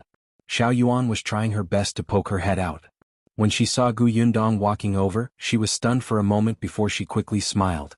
Sister Gu, you're also queuing up? A woman behind her immediately looked at Gu Yundong warily, as if she would interfere. Gu Yundong shook her head. I'm not here to queue. Why are you here alone? Where's your mother? If you find any errors, ads pop up, ads redirect, broken links, non-standard content, etc., please let us know reports so we can fix it as soon as possible. Chapter 1010, Dr. Pig? At the mention of Madame Fan, Shao Yuan looked a little sad. She said in a low voice, my mother caught a cold. When I came out to buy medicine for her, I heard someone talking about the government office, so I came to line up. As she spoke, she raised her hand. Sure enough, there was a medicine bag in her hand. However, the medicine bag was a little flat from being squeezed around. Gu Yundong waved her hand. Come out first. They'll bring you back. But Shao Yuan was very hesitant. She looked at the team in front of her and the long line of people behind her. She could not move her legs. She knew about smallpox. When she was very young, she had a close playmate who had smallpox and could not be saved. Later on, her mother told her about the seriousness of smallpox. She especially hoped that there would be medicine that could cure this illness. Now that she finally had it, she did not want to miss it. Seeing this, Tong Shuetao immediately leaned close to her ear and whispered, Miss knows that Imperial physician from the capital. Don't worry. Shao Yuan's eyes lit up when she heard that. Only then did she come out of the team. Gu Yundong held her hand and got into the carriage. She looked at the long line and slowly exhaled. Shao Yuan had helped her before. Seeing her in such a sorry state, she naturally wouldn't sit back and do nothing. The two of them sent her home directly. Madame Fan had indeed caught a cold. Fortunately, she had recovered a lot after taking a few medicines. Seeing that Shao Yuan had not returned for a long time, she was anxious. When she saw Gu Yundong and the rest, she quickly went into the house to avoid infecting them. Source. Com updated on. Hence, it was Shao Yuan's father who received Gu Yundong. Gu Yundong explained to him about the incident at the government office and Shao Yuan's father immediately became excited. It can prevent smallpox? Really? Then I'll queue up and register for my Shao Yuan. Gu Yundong hurriedly stopped him. Don't. I specially brought Shao Yuan back. There's no need to queue up. I'll get Aju to come over later and give Shao Yuan the vaccine first. Shao Yuan's family wasn't alone. There were also the Su family and Zhuangzi and the others. She might as well inoculate everyone in one go so that there wouldn't be any trouble in the future. However, the person performing the vaccination was Aju. Shao Qingyuan didn't have time at all. Speaking of which, compared to Song Dejiang, Aju might know this vaccination technique better. After all, ever since Shao Qingyuan started exploring the cowpox vaccination method, Aju had been learning by his side. He had even personally infected himself with cowpox, so there was no problem with his skills. Shao Yuan's father was even more grateful. Then he'll have to trouble Dr. Zhu Wan. Gu Yundong was speechless. Dr. Pig? The corners of her mouth couldn't help but twitch. This sounded too awkward. Shouldn't Aju and the rest change their names? What were their names in the past? She had to ask later. Gu Yundong shook her head and agreed on a time for vaccination with Shao Yuan and the rest before leaving with Tong Shuetao. Unexpectedly, when she went out, she happened to see Mother Su, who lived next door. Mother Su was slightly stunned when she saw her. Then she went up to her excitedly. Boss Gu, why are you here? I bumped into Shao Yuan on the way and brought her back. Gu Yundong nodded. I won't bother you anymore. Well, leave first. With that, Gu Yundong raised her foot again. Mother Su ran up to her. Hey wait Boss Gu. Aunt, what's the matter? I do have something to ask you. If you find any errors, ads pop up, ads redirect, broken links, non-standard content, etc. Please let us know reports so we can fix it as soon as possible. Chapter 10-11. A match made in heaven. Gu Yundong raised her eyebrows. Sure, ask away. Mother Su looked left and right, looking like she was hesitating. Gu Yundong saw that it was still early, so she simply said, "Why don't we talk inside?" "Aye, all right. Boss Gu, please come in." When she entered the Su family's house, Mother Su immediately poured her a glass of water. She was very enthusiastic. Gu Yundong had just drunk water at Shao Yuan's house. She simply held the cup in her hand and asked bluntly, "Aunt, if you have any difficulties, just tell me. Su Changshan and Su Qing are helping me now. I will definitely help you if I can." Then I'll get straight to the point. Mother Su coughed lightly. Even though she was at home, she still lowered her voice and said softly, "I just want to ask Boss Gu, how's Zhuangzi's character?" Zhuangzi? Gu Yundong was surprised. "Aunt, why are you asking about him?" "Well, he and Changshan are both employees at Gus. The two of them have been together for a long time and have a good relationship. They've been to my house twice. I think this young man looks quite energetic and polite. He's generous and smart. I quite like him." Gu Yundong blinked. "So be it. So, that's why I asked Changshan to ask around. I know that this boy is not engaged yet and his family is simple." Source. Com updated on. Kogu Yundong suddenly reacted and widened her eyes. "And do you like him? Do you want him and—" "Su Qing?" Mother Su was a little embarrassed. "I'm not afraid of you laughing at me. I do have such thoughts." She was living a good life now. Her children had work to do, and her family was slowly starting to have savings. Now the most worrisome thing was the marriage of his children. The eldest son was still all right. He was a man and was not shabby looking. Especially after he became a worker at Gus, there were really many matchmakers. It was just that the eldest son wanted to earn more money and live a better life before getting married. However, Su Qing was different. She had been unengaged before. In this day and age, it was not good for a woman's reputation to be unengaged. Many people did not care about the reason for the unengagement. In any case, they were immediately unhappy when they heard that the marriage had been cancelled. There were also some families who took a fancy to Su Qing, but their conditions were too poor. They were either widowers or were in poor health. Or maybe there were too many people in the family. Those men wanted to find a diligent wife to work for as a caretaker. How could Mother Su be happy with such families? Later on, Su Qing became a female employee of New Tea Pavilion. Needless to say, there were some families with better conditions, but their character was too bad, especially when a few families actually came for Su Qing's monthly salary and asked her to hand over all her money. There were also people who despised her for showing her face in work and asked her to resign after she got married to avoid embarrassing herself. However, they turned around and said that she could let others do this work.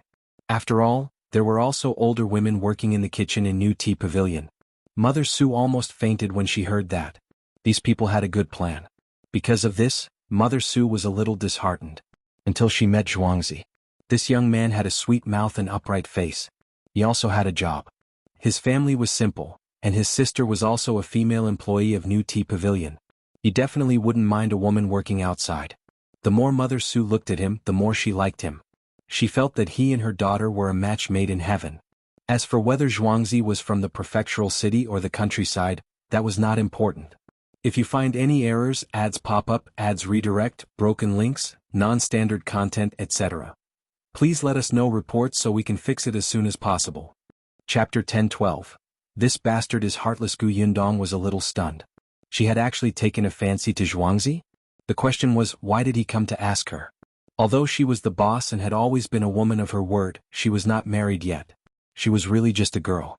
Gu Yundong felt wronged. Seeing that she was silent, Mother Su asked softly, "Boss Gu? Is there anything wrong? Or is Zhuangzi actually married in the countryside?" "No, he's not married." Gu Yundong hurriedly shook her head. Mother Su heaved a sigh of relief. "Boss Gu, I haven't told anyone about this, not even my parents. I want to ask you first to understand what kind of person Zhuangzi is." What kind of person was he? Gu Yundong thought for a moment and decided to give Mother Su a heads up. Zhuangzi is indeed a good person. In the beginning he was a worker at Gus in my county city. It was because he did a good job that I transferred him to the prefectural city. But there's something I have to make clear to Andy first. In the past, Zhuangzi was a hooligan in the village. Although he did not do anything outrageous, he did commit theft. Gu Yundong was not sure if Mother Su would mind this matter. If she did, then this matter would be over. Mother Su was indeed stunned. A hooligan? She had never thought of this, much less expected it. Source. Com updated on. Kogu Yundong did not hide anything. She also explained the reason why he was a hooligan and his changes and efforts over these days. Mother Su lowered her head and remained silent for a long time. After a while, she raised her head again and said, if that's the case, he became a hooligan for his parents and sister. Now that he's better, he's motivated now. The past is in the past. Moreover, from another perspective, he's a person who values relationships and loyalty. He cares a lot about his family and protects them in his own way. Gu Yundong was speechless. How could that be understood? Was Xuanhe really someone who valued relationships and loyalty? However, Mother Su felt that it was impossible for people to be perfect. She did not know anything about benevolence and righteousness, but a man who was good to his family was responsible. If he knew how to be filial to his parents, dote on his sister and work hard to earn money, he would treat his wife well in the future. They were all small fries. It was enough that they could protect their small family. At this moment, Gu Yundong actually felt that Mother Su was extremely smart. But, what if Xuanhe, that bastard, focused on developing his career? He did not seem to have thought about marriage. His goal was to be a shopkeeper and reach the peak of his life. This bastard had no feelings. At the thought of this, the veins on Gu Yundong's forehead twitched. After a while, she said, since Andy thinks that Xuanhe is a good person, he'll go back and figure out his intentions. If he's interested, he'll get him to find a matchmaker to propose marriage. If he still doesn't want to get married, well, pretend that we never talked about this. What do you think? Mother Su immediately smiled and nodded. Thank you, Boss Gu. Gu Yundong waved her hand. There's no need. They're both my shop assistants. They'll be happy if something good happens to them. Just don't ask me to be a matchmaker next time, will you? She was really not good at this. Gu Yundong secretly wiped her sweat and left the Su residence with Tong Shuetao. After getting into the carriage, she collapsed inside. Tong Shuetao looked at her in surprise, paused and asked softly, Miss, are we going to Gus to look for Xuanhe? If you find any errors, ads pop up, ads redirect, broken links, non-standard content, etc. Please let us know reports so we can fix it as soon as possible. Chapter 10:13. Get used to being ugly. Gu Yundong stood up and looked outside. He shook his head and said, I'm not going. The road to Gus is blocked now. It's not easy to walk on. Besides, I haven't thought of how to ask Xuanhe. Tong Shuetao was puzzled. How else could she ask? She could just ask him if he wanted a wife and let Miss introduce one to him. However, there was indeed a crowd on the road. It was getting late, so it was better to go home first. The small courtyard was also very lively. On the street where they lived, many people were discussing this matter. The Gu family knew that the cowpox vaccination method was Shao Qingyuan's idea, but they didn't say anything. For the past few days, other than Gu Yundong, the rest of the Gu family had been obediently staying in the small courtyard. A few days ago, Shao Qingyuan had just finished inoculating Miss Gu Yunka. She was much better now. The younger siblings in the family had not had smallpox yet. Since there was a preventive method, it would definitely be used on them immediately. However, Yunshu and Yuanji were in the county city, so they inoculated Kiki first. It was just that the young lady still had marks on her body. She felt that she was too ugly and refused to come out of her room. The first thing Gu Yundong saw when she came in was that she had covered her head with red gauze. She looked like a little bride. She smiled at once. The little girl heard the sound and immediately turned her head. Sister, you're back? Where's Brother Shao? He won't be coming back today, but he told me that Miss Kiki's acne will be gone soon. Can you hold on for 2 more days? Okay.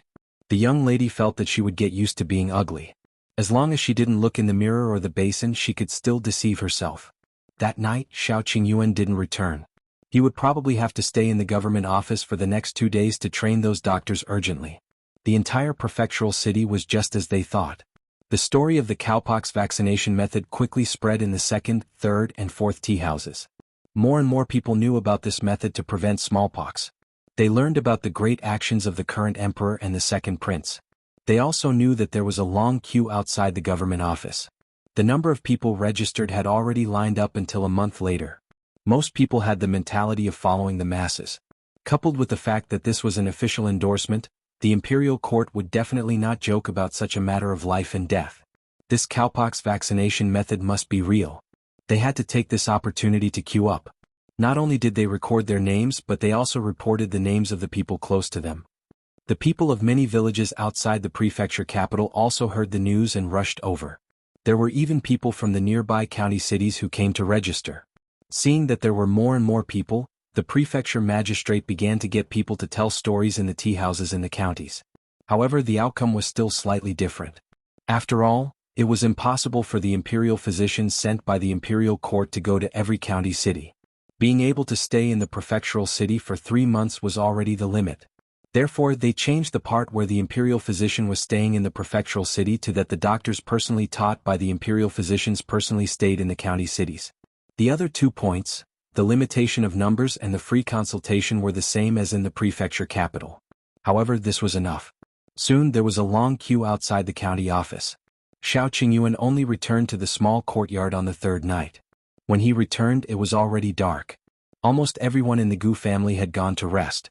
Only Gu Yundong was still sitting in the study reading the account book. If you find any errors, ads pop up, ads redirect, broken links, non-standard content, etc., please let us know reports so we can fix it as soon as possible. Chapter 10:14. I'll pick a good day first. Gu Yundong knew that he would definitely come back today, so she specially waited for him. Hearing the commotion outside, she immediately came out. Qingyuan looked very tired. Although he had already washed up and changed into clean clothes, he was still haggard. Gu Yundong quickly pulled him to sit down. She stood behind him and massaged his shoulders. Are you tired? After all, he was alone, but in just a few days he had to choose from hundreds of doctors those with good character. He also had to teach these doctors and make sure that they didn't make any mistakes and master the entire process of the cowpox vaccination method. The workload was so huge that it was very tiring. Gu Yundong was very dissatisfied with the emperor. He could have sent an imperial physician over to her prefectural city, but he insisted on letting Qingyuan organize this matter. He was too black-hearted. If she had known earlier, she wouldn't have spent so much time praising his achievements. Are you feeling better? Gu Yundong pinched his shoulder and said, I made chicken soup tonight. I left a bowl in the kitchen to keep it warm. I'll bring it over for you now. Have some and go to bed early. I'll drink it later. Qingyuan pulled her in front of him. It was late at night, so his actions were indeed much bolder. He reached out and held her on his lap, burying his head in her neck. I'll just hug you. I haven't seen you for a few days. As he spoke, he could not help but tighten his grip. We'll start giving everyone vaccines tomorrow. We might be even busier later. Gu Yundong felt very comfortable in his arms. She leaned against him and whispered in his ear, It's okay. I'll visit you every day. Really? Yes, really. Qingyuan immediately heaved a sigh of satisfaction.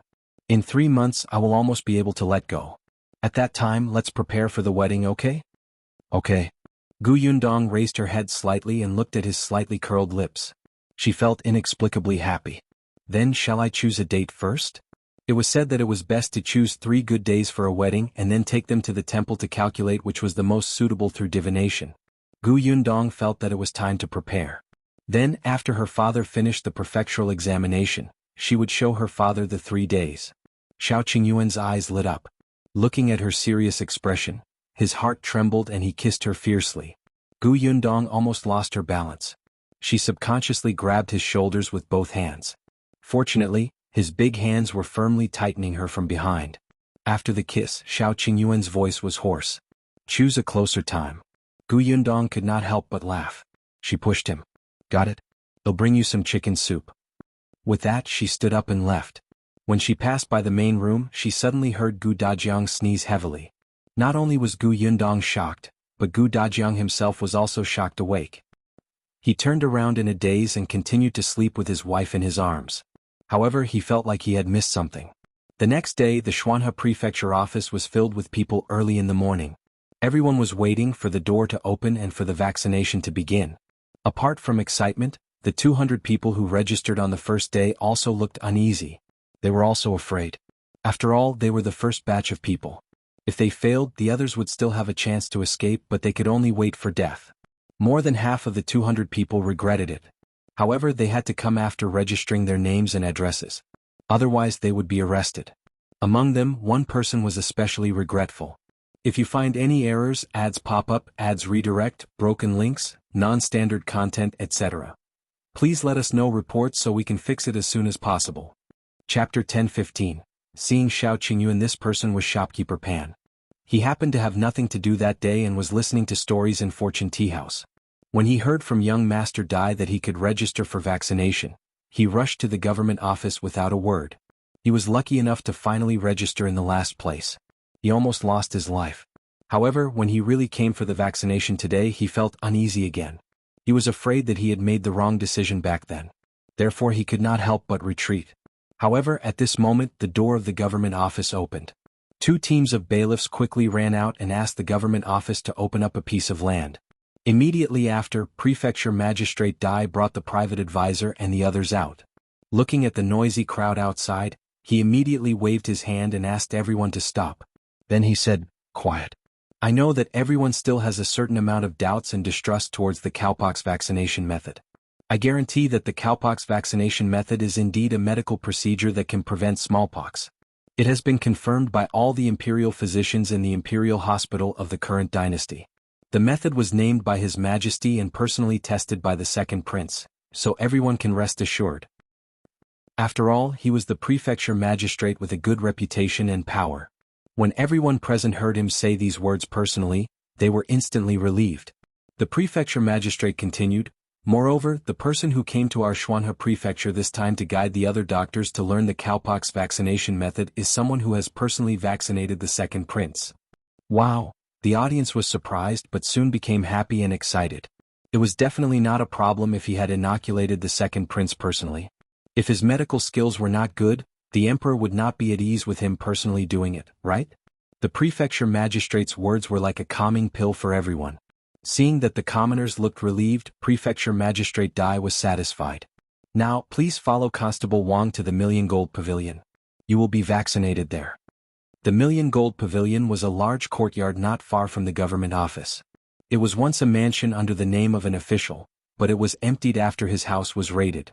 Because people said that the feng shui of this courtyard was not good and the price was not low, no one had bought it until now, so it was still owned by the government. It just so happened that there would be at least 3 months of vaccination time, and there were many commoners. It would definitely not be convenient for them to do it in the government office. After thinking about it, Prefecture Magistrate Dai got someone to clean up this Million Gold Pavilion and settle them here. As soon as he finished speaking, the private advisor had already begun to call out names. Then, Constable Wang led these people to the Million Gold Pavilion. Not only were the 200 people who were going to be vaccinated today following behind, but there were at least 1,000 people along the way. When they arrived at the Million Gold Pavilion, other than the 200 people, everyone else stopped. Then they saw that there were already more than 100 doctors standing inside the door. Among them, there were dozens of reputable doctors in the prefecture city. Many people knew them and they were very good doctors. Seeing them, these people felt more at ease. Constable Wang quickly called out their names and led the commoners to the doctors. The rest of the people who had not had their turn waited at the side. Shopkeeper Pan had nothing to do because he was in last place. However, he still looked nervously at the people who were being vaccinated. After watching for a while, he felt uncomfortable, so he turned to look elsewhere. Then he saw Shao Qingyuan. If you find any errors, ads pop up, ads redirect, broken links, non-standard content, etc., please let us know reports so we can fix it as soon as possible. Chapter 10:16. He's the Imperial Physician? Impossible. Shao Qingyuan had just parted ways with Gu Yundong at the door. He did not let her enter the Million Gold Pavilion. There were people everywhere and they were being vaccinated. The air was dirty, so it was not appropriate to bring people in. However, Gu Yundong had given him many masks before he left. She told him to change them regularly and distribute the rest to other doctors. It was more or less beneficial. After Shao Qingyuan took the masks, he asked her to go back and do her work.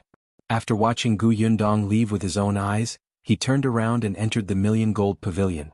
At this moment, he was giving masks to these doctors who were preparing, so he did not have time to put one on himself.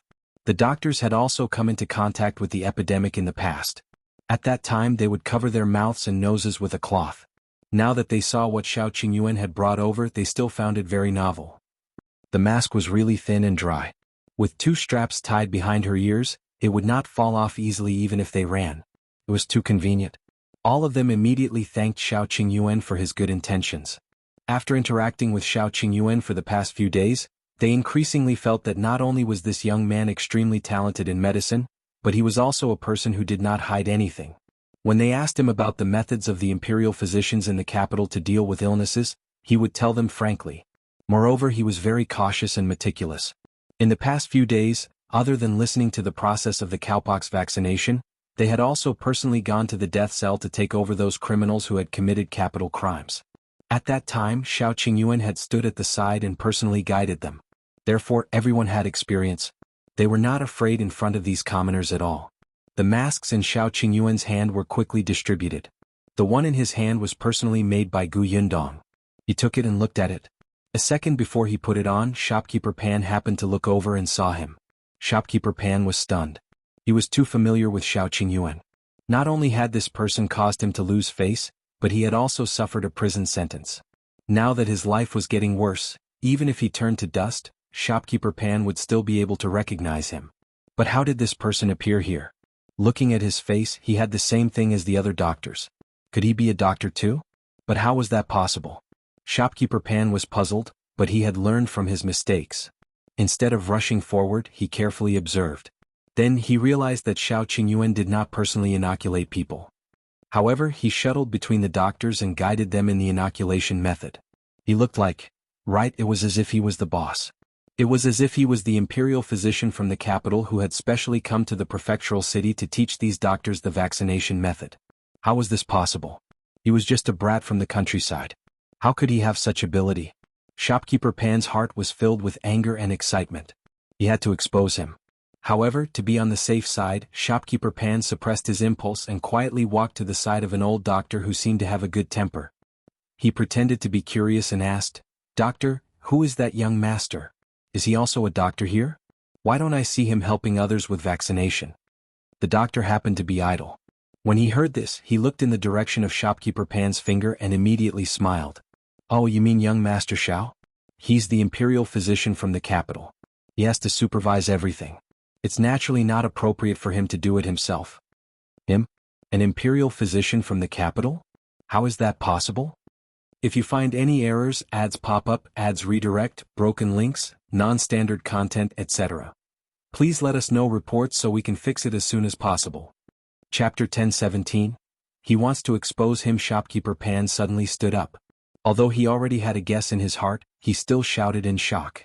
His voice was a little loud and instantly attracted everyone's attention in the hall. The doctor who had just answered his question was immediately displeased. "What are you shouting about? Why can't young Master Shao be an imperial physician from the capital?" But he, Shopkeeper Pan pointed at Shao Qingyuan, but his mind was racing. He knew that Shao Qingyuan was from Fengkai County. He also knew that the guy was a poor kid from the countryside. For dozens of copper coins a day, the guy worked in his shop and let him order him around. The guy didn't even have decent clothes on him. He ate dry steamed buns and didn't have any relatives. How could someone like him be an imperial physician from the capital? This was a liar. This was clearly a liar. Yes, this person must have even hidden it from the Prefecture Magistrate. He was going to kill the entire Xuanhe Prefecture. Shopkeeper Pan was excited. He had finally found an opportunity to take revenge. Therefore, when some bailiffs thought that he was here to cause trouble and wanted to throw him out, he immediately shouted, "Let go of me. Let me tell you, he's not an imperial physician from the capital. He's a liar. Really, I've seen him before. He's just a penniless and ruthless poor boy. How can he be an imperial physician who saves the world?" Everyone present was stunned. Even the bailiffs stopped moving. Shao Qingyuan looked at Shopkeeper Pan with a trace of confusion in his eyes. Curious, who was this person? Do I know him? Have I seen him? Shopkeeper Pan was even angrier when he saw his expression. Great, he still pretended not to know him. Although almost 2 years had passed, she had humiliated and bullied him back then. How could this brat not remember him? Shopkeeper Pan broke free from the constable's hand and suddenly ran in front of him. He sneered and said, "Don't pretend. Let me tell you, I definitely won't let you do anything to harm the commoners of our Xuanhe Prefecture." He spoke especially righteously. If he exposed Shao Qingyuan's true colors in front of everyone, the Prefecture Magistrate would definitely look at him in a different light. All the citizens of the Xuanhe Prefecture would be grateful that he had saved their lives. At that time, everything he had lost in the past would come back. Just thinking about it made Shopkeeper Pan tremble with excitement. He asked Shao Qingyuan loudly, "Let me ask you, are you from Fengkai County? Is your name Shao Qingyuan?" "Yes, so what?" Shao Qingyuan narrowed his eyes slightly. Shopkeeper Pan snorted and said to everyone, "Did everyone hear that? He's from Fengkai County. He's not an imperial physician from the capital at all. He's a liar who came to harm everyone." The people present exclaimed and stood up one after another to take a step back. The person who had just received the vaccination was about to cry. He grabbed the doctor in front of him in fear and asked him to save him. The scene became chaotic and cries and shouts kept intertwining. Constable Wang frowned and suddenly shouted, "Quiet. Anyone who makes any more noise will be thrown out." The hall instantly fell silent, but everyone looked at Shao Qingyuan with hatred in their eyes. Shopkeeper Pan was instantly smug, but Shao Qingyuan looked at him as if he was a fool. After a while he took out something from his pocket and asked him, "Do you know what this is? If you find any errors, ads pop up, ads redirect, broken links, non-standard content, etc. Please let us know reports so we can fix it as soon as possible." Chapter 10:18. What happened? Shopkeeper Pan was stunned for a moment. He blinked and craned his neck to take a look. At first he didn't quite understand, but after a while his expression changed. How did you get this? What do you think?" Shao Qingyuan looked at him coldly. Someone beside him could not see it clearly and did not understand. He quickly asked, "What is that?" Constable Wang explained coldly, "That's a fish talisman. All the officials in my dynasty have this to prove their identity. Young Master Shao is an imperial physician, so he naturally has one too." Fish talismans? All the imperial court's officials had them? Does that mean he's real? Everyone heaved a sigh of relief. Then they looked at Shopkeeper Pan angrily. "What's wrong with you? This is our first time getting vaccinated. You're still spouting nonsense here and making us worry." "Constable Wang, I'm afraid this person has ulterior motives. Hurry up and arrest him." Shopkeeper Pan shook his head. "How is that possible? How could a person enter the capital and become an imperial physician in such a short time?" He grabbed the fish talisman from Shao Qingyuan's hand and looked at the words engraved on it. His name and address were all there and they were all correct? But Shao Qingyuan took the fish talisman. "Get lost." Shopkeeper Pan subconsciously took a small step back. Constable Wang went forward and grabbed him. He sneered and said, "Do you think our lord is a muddle-headed official? This concerns the lives of millions of people. How can we hand such an important matter to him without confirming young Master Shao's identity? Young Master Shao came from the capital and is escorted by the Imperial guards sent by the Emperor." No, there were no Imperial guards, but words had to be said beautifully. I. Shopkeeper Pan took 2 more steps back, feeling flustered. The others present pointed at him, making him panic. Constable Wang grabbed him and walked out. "This is the Emperor's decree. You clearly have ulterior motives for doubting young Master Shao. Come, follow me to the government office." No, my lord, please spare me. I really didn't. I misunderstood. Constable Wang didn't listen and dragged him out. "Tell the Prefecture Magistrate if it's a misunderstanding." Shopkeeper Pan burst into tears on the spot. He had already been to jail once and did not want to go again. His begging voice became more urgent, but it was also getting further and further away. After the voices could no longer be heard, Shao Qingyuan said to everyone, "It's all right. Continue." Everyone present now firmly believed in Shao Qingyuan. He was a true imperial physician who could take out fish talismans and could be trusted. Shao Qingyuan pinched the fish talisman in his hand and narrowed his eyes. This fish talisman was given to him by the Emperor. Since he had to take on the mission of Xuanhe Prefecture's cowpox vaccination, he had to be given some necessary things to avoid many troubles. It seemed that the Emperor's consideration was right. This fish talisman had really saved him from trouble. He walked around the hall and saw that the doctors were familiar with it. After seeing that there were no problems, he quickly left the Million Gold Pavilion silently from the back door. There was a carriage parked outside the back door. There were guards on both sides. When they saw Shao Qingyuan, no one stopped him.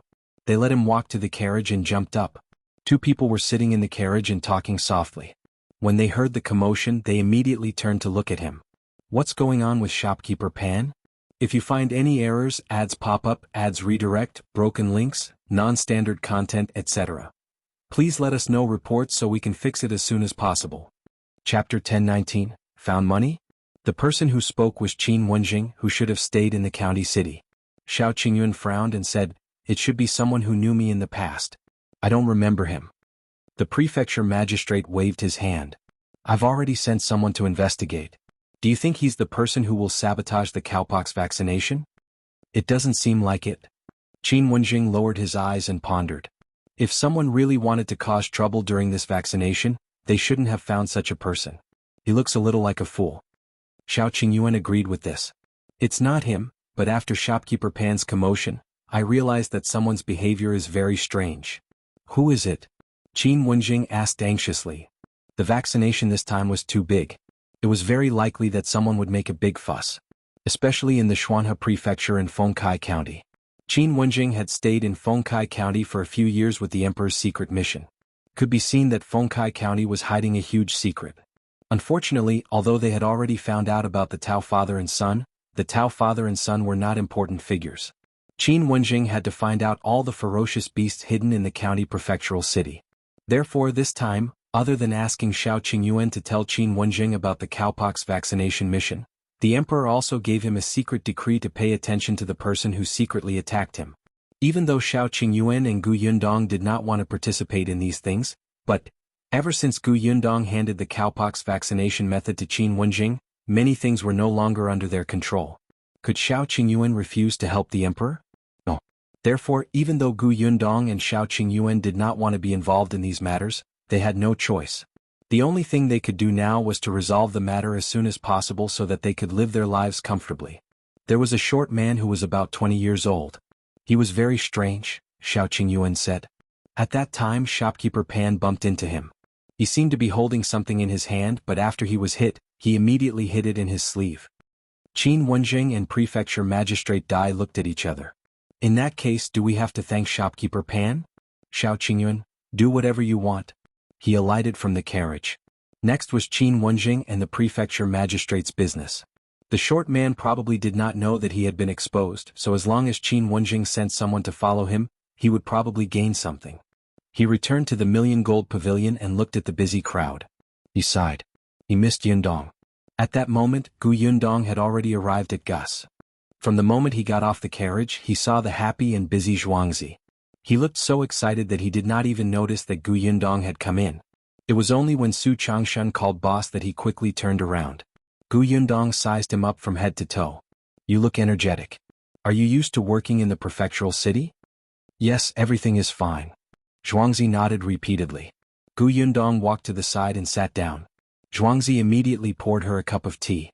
His footsteps were light. It seemed like he had really encountered a good thing. You picked up money? Why are you so happy? No. Zhuangzi immediately shook his head. He thought for a moment and said softly, Boss, I went out of the city to see my parents yesterday. Yes, and then? He was so happy meeting his parents?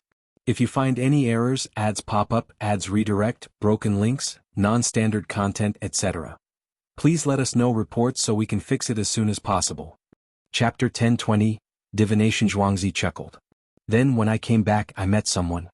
He turned around and saw that Su Changshan was busy working. He lowered his voice even more.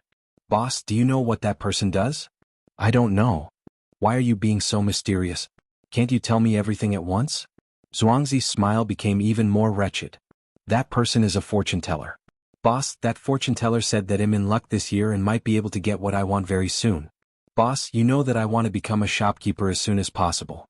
I think that's what the fortune teller meant. Gu Yundong was speechless. If you want to be the shopkeeper, it doesn't seem to be up to the fortune teller but me, right? Of course. However, when the fortune teller said that, I immediately guessed that the boss fortune was flourishing this year. You would definitely open another shop. Wouldn't I be able to become the shopkeeper then? Gu Yundong was speechless. He was trying to curry favor with her. But for some reason she felt that it was quite pleasant to the ear. She looked at Zhuangzi and couldn't help but smile. Not bad. If that's the case, the fortune teller is quite accurate. Since you're going to be the shopkeeper this year, have you started to consider your marriage? Gu Yundong probed. Unexpectedly, Zhuangzi laughed lewdly again. Gu Yundong silently covered his eyes. Please don't smile like this when you're the shopkeeper in the future. Otherwise the customers will be scared away by you. When Zhuangzi was done laughing, he said, that fortune teller actually not only calculated my fortune, but also my luck with women. Gu Yundong raised her eyebrows. Oh. He said that my luck with women is pretty good this year. If nothing goes wrong, I'll be engaged this year. Gu Yundong was speechless. Which family was this fortune teller from? In that case, this bastard finally had a relationship line and was no longer focused on developing his career? It was good. This way it would be more convenient for her to help Mother Su find out. Gu Yundong coughed lightly. Then, have you taken a fancy to any girl? Xuanhe frowned. He really didn't. He could not help but sigh. Boss, you don't know. Ever since I became a shop assistant, my ultimate goal was to become a shopkeeper. That's why I worked especially hard. Every day I learned how to read and count from the shopkeeper. I learned so much that my mind was filled with the words on the account book. When the guest came, I didn't even have the time to see if it was a man or a woman. I first thought about what they might buy and how much they could pay. When I returned home at night, I only ate and counted the money. I didn't have the chance to see any girl. Gu Yundong's mouth twitched. Have you gone mad? Xuanhe looked pitiful. Actually, before he became the shopkeeper, he had never thought of getting a wife. If it was in the past, he would not have taken the fortune-teller's words seriously. But wasn't he living with his sister and brother-in-law now? As a single man, he watched Jiang Bao and Lan Huar being clingy every day, who felt that there were only the two of them in the world. He was too agitated. Especially when he called out to them, the two of them acted as if they did not hear him. Xuanhe was so angry that he was unwilling to go home several times and lived in the backyard of this shop. Therefore, he felt that he had to start thinking about marriage. Gu Yundong could not help but roll her eyes. If you find any errors, ads pop up, ads redirect, broken links, non-standard content, etc., please let us know reports so we can fix it as soon as possible. Chapter 1021. I'll secretly show him. Xuanhe chuckled again. Boss, you know a lot of people. Let me see if there's a girl suitable for me. Let me think. Gu Yundong frowned and seemed to ponder carefully for a while. After a while he suddenly looked up. There really is a very good girl. Xuanze's eyes lit up. He automatically sat down on the chair beside her and eagerly handed her a cup of tea. Really? Which girl? Boss, tell me quickly. This was Gu Yundong's first time trying to matchmake someone. She was afraid that if he did not say it well, someone would mess it up. For some reason he was a little nervous. You've seen Su Changshan's sister, right? Xuanhe blinked, then blinked again, looking confused. He has a sister? He had only seen Changshan's mother. About the sister. Yes. He vaguely heard Changshan mention that he had a younger sister in his family. However, he had never seen her before. After hearing it, he quickly threw it to the back of his mind. After all, he was a man. It was not appropriate for him to ask about girls. Gu Yundong, you've worked with him for so long. Lan Huar has worked with Su Qing for so long, and you've even been to the Su family twice. You actually don't know that Su Changshan has a sister? Gu Yundong was stunned. What was in your mind every day? Was there only money and the goal of becoming a shopkeeper? Xuanze was smart and immediately reacted. He immediately asked excitedly, the girl the boss wants to introduce to me is Changshan's sister? Yes. Gu Yundong glanced at him from the corner of her eye and said speechlessly, his sister's name is Su Qing. She's now working as a female employee at New Tea Pavilion. It can be considered that she has something in common with you. Of course. Xuanze thought of his sister and Jiang Bao. These two seemed to have endless things to talk about every day. He was instantly interested. To be able to enter New Tea Pavilion as a female worker, she must be smart and good-looking. Still, boss, this Changshan family is from the prefectural city. Although I'm now a shop assistant in the prefectural city, I'm still a country bumpkin. Would they like me? Well, this was a very realistic problem. Gu Yundong raised her eyebrows. Mother Su has taken a fancy to you. However, she could not let him know. Otherwise this kid's tail would be raised to the sky. She touched her chin and said, the Su family doesn't seem to care about these things, but there's something I have to tell you clearly. Xuanze saw that her expression instantly turned serious and hurriedly sat upright. Boss, tell me. You know that Su Changshan was accused of stealing, right? I know. Speaking of this, Xuanze was still a little angry. Changshan is too honest. If it were me, I would rush over and tear down their door. If you accuse me of stealing, I'll steal something for you to see. Gu Yundong covered his face. All right. You're amazing. She continued, Su Qing was once engaged, but that family cancelled the engagement because Su Changshan was a stealer. They were afraid of implicating their reputation. Do you mind? Xuanze didn't even think about it. Why would I mind? It's clearly the other party's fault. Sister Su is lucky that she didn't marry into such a family. Otherwise her life would be ruined. Gu Yundong nodded in satisfaction. Although this kid was a little wretched, he was not a pedantic person. She raised her head and looked behind Xuanze. Did you hear that? If you find any errors, ads pop up, ads redirect, broken links, non-standard content, etc. Please let us know reports so we can fix it as soon as possible. Chapter 1022. You don't have to be so flattery. Xuanhe was stunned. He suddenly turned around and saw Su Changshan standing behind him. Xuanhe suddenly felt a little awkward. It didn't seem right to discuss his sister behind his back. But at this moment Su Changshan also looked embarrassed. He didn't eavesdrop on purpose. When he suddenly heard his sister's name, he was a little concerned. Coincidentally, there were no customers in the shop at the moment, so he came over to see what was going on. Unexpectedly, just as he stood at the back, he heard Xuanhe's words. For a moment, Su Changshan felt very complicated. However, she quickly realized that the boss was going to introduce Xuanhe to his sister. He suddenly looked up at Gu Yundong. Boss, my sister, Su Qing has a good personality and is diligent. Xuanhe is also smart and protective of his family. You've been with him for some time. What do you think?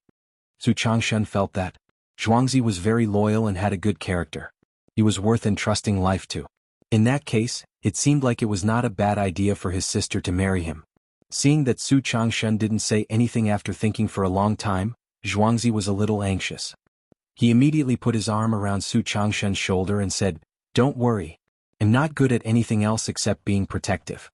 Your sister will definitely not regret marrying me." Gu Yundong held her forehead. Wait a minute. Don't be hasty. It's not up to the two of you to decide on this matter. I think that at the very least you have to meet Su Qing and both of you think that the other party is not bad. Only then can you sit down and talk about this marriage, right?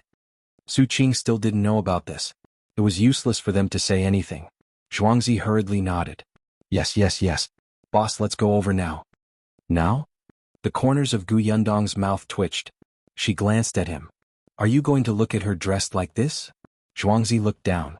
He was wearing the uniform of the shop. He had just moved the goods and his clothes were still a little dirty. It did not seem appropriate.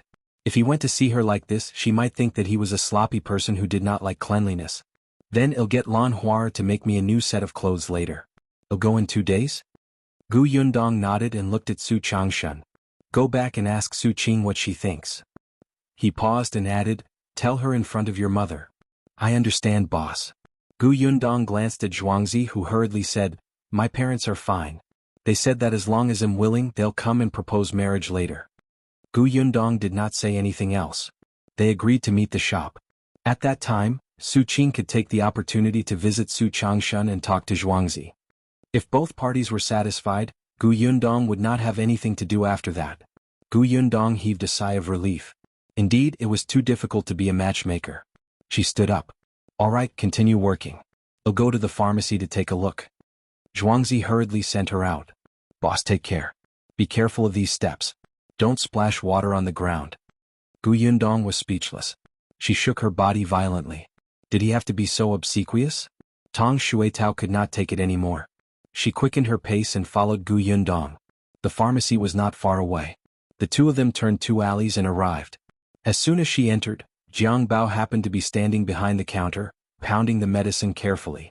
As for Zhu, he was tidying up the medicine cabinet. If you find any errors, ads pop up, ads redirect, broken links, non-standard content, etc. Please let us know reports so we can fix it as soon as possible. Chapter 1023. Name change. The two of them stopped when they saw Gu Yundong enter. Miss, why are you here? Gu Yundong was about to speak when she saw Go and Shu walk out of the backyard. Mao was not around and was at the Million Gold Pavilion with Shao Qingyuan. Dr. Xiong wasn't around either. A medical fanatic like him was naturally the most passionate about learning cowpox vaccination. Therefore, at this moment he was among the hundreds of doctors who were vaccinating people. However, when he was not around, the business of the pharmacy was exceptionally good. It was probably because the vaccination was about to take place in the entire city. There were still some people who were not at ease and secretly came to the medicine shop to buy medicine. If the vaccination failed, at least there would be a way out, right? Therefore, when Dr. Xiong was not around, Go and Shu came to help. Miss, are you looking for us? Why don't you go to the backyard and rest first? No, thank you. Gu Yundong shook her head. I'm just looking for She stopped mid-sentence. She recalled how Xiao Yuan's father had addressed the guy. Dr. Pig? She suddenly couldn't call Zhu's name. She paused and could only point at him, who was coming down the wooden ladder after closing the medicine cabinet. She said, come down first. I have something to ask you. Zhu was confused and hurriedly walked over. What's the matter? Gu Yundong glanced at Go and Zhu again and asked with a frown, what were your original names? The three of them looked at each other. Miss, why are you suddenly asking this? I'm just thinking that you're not young anymore. In 2 to 3 years you'll have to get married. In the future when you walk around outside you can't let people continue to call you Zhu, Go, Shu and Mao. People will think that they've entered the zoo. Why don't you change to your previous names? The three of them were stunned and paused, but they fell silent. Gu Yundong was a little surprised. Of course it's okay if you don't want to change. I'm just making a suggestion. No, miss, it's not that we don't want to change. It's just that, Zhu hesitated for a moment before denying softly. Jiang Bao listened from the side and immediately said, I think it's good to change your names. 2 days ago there were customers who came in to buy medicine. They directly called Zhu Mr. Pig. Gu Yundong was speechless. It turned out that Shao Yuan's father was not the only one who called him Dr. Pig. Zhu glared at Jiang Bao, who raised his eyebrows smugly. After a long time, Shu, who was the oldest among the three, said, Miss, we actually want to change our names, but we don't want to change back to our previous names. If possible, can you tell the boss to let us have the surname Shao? Why? Gu Yundong was surprised. Shu smiled bitterly and said, we're all orphans without parents. When the 4 of us lived together we agreed to be brothers and relatives. That's why we randomly named Mao, Shu, Zhu and Go. We felt that this was more intimate, as if we were a family. If we switched to our original names with different surnames, we would feel that we have become orphans again. Gu Yundong was shocked. She did not expect them to think that way. She immediately regretted her suggestion. Although names didn't mean anything, the meaning was completely different for Zhu and the others. Jiang Bao also stopped pounding the medicine. His expression became more serious and he did not speak anymore. Gu Yundong opened her mouth and was about to say that it was fine when she heard Go speak in embarrassment. If you find any errors, ads pop up, ads redirect, broken links, non-standard content, etc., please let us know reports so we can fix it as soon as possible. Chapter 1024. I want to be surnamed Shao. Miss, actually we're following Young Master now. Young Master treats us as his family. Previously we've also thought about whether we can follow Young Master's surname. We're just afraid that we'll climb up Young Master's social ladder. They used to have parents and brothers and they even had a good relationship. However, ever since their parents were gone, it was as if they were the only ones left in the world. What family, clansmen and friends? Other than hitting them when they were down, who had reached out to them? The 4 of them only had each other. They were each other's family and friends. It was only when they met Shao Qingyuan and Gu Yundong that they gradually felt a sense of belonging. However, they had never thought of changing back to their original names. They even vaguely rejected it. Gu Yundong understood and immediately smiled. What does it matter? I'll make the decision. Your surname will be Shao. However, you can think about your names yourself. Well, confirm it later when Brother Shao is free. The 3 of them were instantly happy. There was a hint of excitement on their faces. Really? Yes. Gu Yundong nodded heavily. Actually, before Shao Qingyuan met her, wasn't he also alone? This was quite good. Jiang Bao was also happy for them. Seeing that the atmosphere was good, he immediately waved his hand and said, I'm here to give you names. Let me tell you, my name was changed by myself when I was 10 years old. It sounds good, right? The 3 of them were speechless. No, they refused. Seeing that the matter was settled, Gu Yundong began to talk about serious matters. I came here today to look for Zhu. I want him to go to Xingtao Street to help Shao Yuan and the others get vaccinated first. Zhu was immediately interested. Sure, no problem. I'm better at vaccinating than those doctors from the Million Gold Pavilion today. I'll go now. After saying that, he turned around and ran into the house to get his first aid kit. Gu Yundong was afraid that Shao Yuan's family was not familiar with them, so he asked Tong Shuitao to accompany them. She went back to the small courtyard first. 2 days later, Xuanhe went to the shop in a neat set of new clothes. At noon, Su Qing came to deliver food to Su Changshan before the 2 of them met.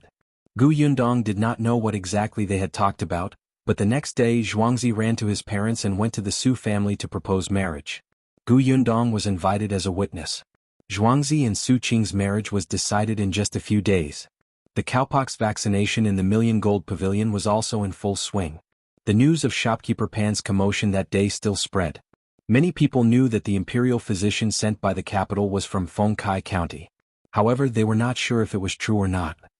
At this moment, A new title was hung outside the door of Fortune Tea House. Everyone pointed at the title and discussed animatedly. Some people couldn't wait to ask the boss for an answer. The news of cowpox vaccination had already spread throughout the prefectural city. Almost everyone knew about it. Therefore, there were twice as many customers in Fortune Tea House as last time. Shao Qingyuan hadn't returned for a few days. The Million Gold Pavilion had a place for him to stay in. Those who had finished receiving the vaccination couldn't leave for the time being. They had to stay in the Million Gold Pavilion for a few days. As an attending physician, Shao Qingyuan naturally had to deal with unexpected situations at any time. Fortunately, Shao Qingyuan had seen the traces of the person who wanted to cause trouble that day. Now that Qin Wenjing had found out, the subsequent vaccinations were very peaceful. However, on this day 7 or 8 people suddenly came to look for Gu Yundong outside the city. If you find any errors, ads pop up, ads redirect, broken links, non-standard content, etc. Please let us know reports so we can fix it as soon as possible. Chapter 1025. Various versions of rumors. Just as the Gu family was about to eat dinner, there was a knock on the door of the small courtyard. Lu Xing was busy. Gu Dafeng went to open the door and was stunned when she saw the people outside. Why are you here? When Gu Yundong heard the sound, she quickly got up and walked out. She was also surprised to see the person at the door. Uncle Chen? It was the village chief of Yongfu village, Chen Liang. Behind him were the other villagers. There were men and women. Including Chen Liang, there were a total of 8 people. Coupled with Chen Jinbao, who had brought them here, the front of the courtyard was filled with people. The group of people looked travel-worn. Gu Yundong quickly stepped aside. Have you just arrived at the prefectural city? Come in first. We can talk later. Chen Liang wiped his face. All right, sorry to disturb you. Gu Yundong led the group into the central room. Gu Dajiang also came out and poured them sugar water. The group of people took a big sip. Their entire bodies were warm before they slowly exhaled. After catching his breath, Chen Liang said, Brother Gu Yundong, we didn't mean to disturb you at this time. There are really some things that we're very anxious about and we want to clarify. Gu Yundong and Gu Dajiang looked at each other. Just ask. We heard that the capital has already found a way to resolve the smallpox. Now, the Imperial physician is doing vaccination for everyone in the prefectural city. What kind of vaccination is that? Also, the Imperial physician isn't going to the county city, right? Gu Yundong was stunned. She did not expect them to ask about this. Before she could answer, another villager beside her asked impatiently, That's right, Yundong. The Imperial physician only treats people in the prefectural city and doesn't care about the county city? Wouldn't our village have even less chances? Now the entire Fengkai County knows about this. They said that the vaccination will end in 3 months. That won't do. If they don't care about us in 3 months, won't we only be waiting for death? Why won't they vaccinate us? We heard that we have to go to the government office to register first, but we've asked.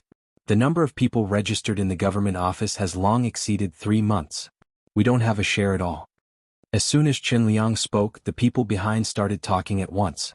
Among the people who came this time, other than Chen Liang, there was also the 6th grandfather's grandson, as well as those who had a good reputation in the village and could speak. The few women were also smart and capable. It seemed that everyone attached great importance to this vaccination. However, as the news spread, there were all kinds of versions. Clearly, everyone only knew a little. There was nothing they could do about it. Although the storyteller in the county city had explained the matter clearly, not everyone would go to the tea houses to listen. This caused everyone to hear different parts of the story. Still, Gu Yundong could not help but look at Chen Jinbao. Chen Jinbao was going back and forth between the prefectural city and Yongfu village to deliver goods. He should know about the prefectural city. Why did he not explain it clearly? Chen Jinbao touched his nose and laughed dryly. He didn't know how to explain. On the other hand, Chen Liang glared at him and said to Gu Yundong, We thought that this kid had stayed in the prefectural city for a long time and should know clearly, but we didn't expect him to know nothing. Or maybe he's simply muddle-headed and is becoming more and more unclear. I was afraid that he would delay the matter, so I went to the prefectural city to ask around. However, he was unfamiliar with the prefectural city. When he arrived, he subconsciously came to look for the Gu family. If you find any errors, ads pop up, ads redirect, broken links, non-standard content, etc. Please let us know reports so we can fix it as soon as possible. Chapter 1026. He'll bring you to listen to stories. Chen Jinbao sighed secretly. It wasn't that he couldn't explain it clearly, but there were some things that he couldn't say. He knew about the cowpox vaccination method, But what shocked him was that Shao Qingyuan was actually the imperial physician from the capital. He could not tell his parents about this at all. After all, he had to keep this a secret from the beginning. What if he said it and ruined the prefecture magistrate's plans? Therefore, when Liang asked, he only said that everyone in Yongfu village would be vaccinated and told him not to worry. When Liang asked him why he was so sure, Jinbao couldn't tell him the reason. After a few times, Liang did not believe him and insisted on coming over personally to take a look. He was a responsible village chief. It didn't matter if he didn't get the vaccination, but there were so many people in the village. He was the village chief. Who would stand up for such a big matter if he didn't? He had to learn everything. Gu Dajiang was very emotional when he heard that. He patted his shoulder and said, "Don't worry, it's not as serious as you think. The method to prevent smallpox is true, and the emperor sent people to the prefectural city to inoculate people. However, it's definitely not just the prefectural city. The county cities, towns, and villages won't fall behind." Liang's eyes lit up. "Really?" Gu Yundong replied, "Of course it's true. If Uncle Chen doesn't believe me, there's a very popular storytelling show tomorrow at Fortune Tea House. I've reserved a table. They'll bring you to listen to it then. How about that?" Liang was stunned and quickly shook his head. "How can I have the mood to listen to other people's stories at a time like this?" The others present were interested. The storytelling shows in the prefectural city were very exciting. It was rare for them to come, so they had to take a look and listen. They originally wanted to find out more and buy something to bring back before telling others about the flourishing scenery in the prefectural city. However, after hearing Liang's words, they could only lower their heads in disappointment and not express their opinions. Gu Yundong smiled and said, "Uncle Chen, don't be in a hurry to refuse. Didn't you say that you don't understand the cowpox vaccination method or if Yongfu village will be included? Go and listen tomorrow and you'll understand everything." Is that so? He could understand just because he heard about it? He couldn't help but look at Gu Dajiang, who nodded. "Listen to Yundong. That's right." His unfathomable look calmed Liang down a little. He knew that Yundong was much more reliable than his son. That's fine." Liang stood up. "Sorry to disturb you today. Well, leave first. They'll go with you to Fortune Tea House tomorrow." Gu Yundong hurriedly asked, "It's already so late. You haven't eaten yet, right? They'll get the kitchen to prepare a few more dishes. You can leave after eating. We've already brought some dry food. We've already eaten on the way. There's no need to trouble you. Go ahead and do your work. There's no need to send us off." Liang was also very embarrassed to have come just in time for dinner. However, he had no choice. He was not the only one who could not wait. The others were the same, especially when they passed by the government office. They realized that there were many people waiting outside in the middle of the night. "Then where are you staying at night?" Gu Dajiang asked. Liang said, "When we entered the city, we happened to meet Feng Danning and asked him to help book 2 large bunks in the inn. There's a place to stay." Feng Danning's business was very good now. When he came to the prefectural city last year, he also brought his wife and children over. Now that he had rented a small courtyard in the prefectural city, his days were getting better. If you find any errors, ads pop up, ads redirect, broken links, non-standard content, etc., please let us know reports so we can fix it as soon as possible. Chapter 1027. Villagers. However, just as they finished speaking, there was a knock on the courtyard door. Feng Danning, who had just been mentioned, walked in with an ashamed expression and said to Liang, "Village chief, I'm sorry." Liang was stunned. "What's wrong?" "The large bunks are all gone." He asked many inns, but they all said that there were no more rooms. Not only were there no more large bunks, but there were also no more upper rooms or ordinary rooms. Liang was surprised. There's no room in such a huge prefectural city? This was not the time of famine. Why?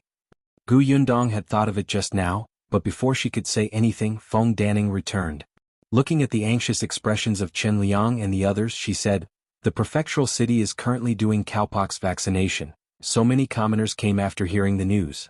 Not only are there no more large bunks, but I'm afraid many of the courtyards that can be rented out are also gone." This was inevitable. There were many county cities under the Xuanhe prefecture. Those who heard the news would definitely rush to the prefectural city to verify if the news was true. In particular, there were some wealthy families with many servants and guards.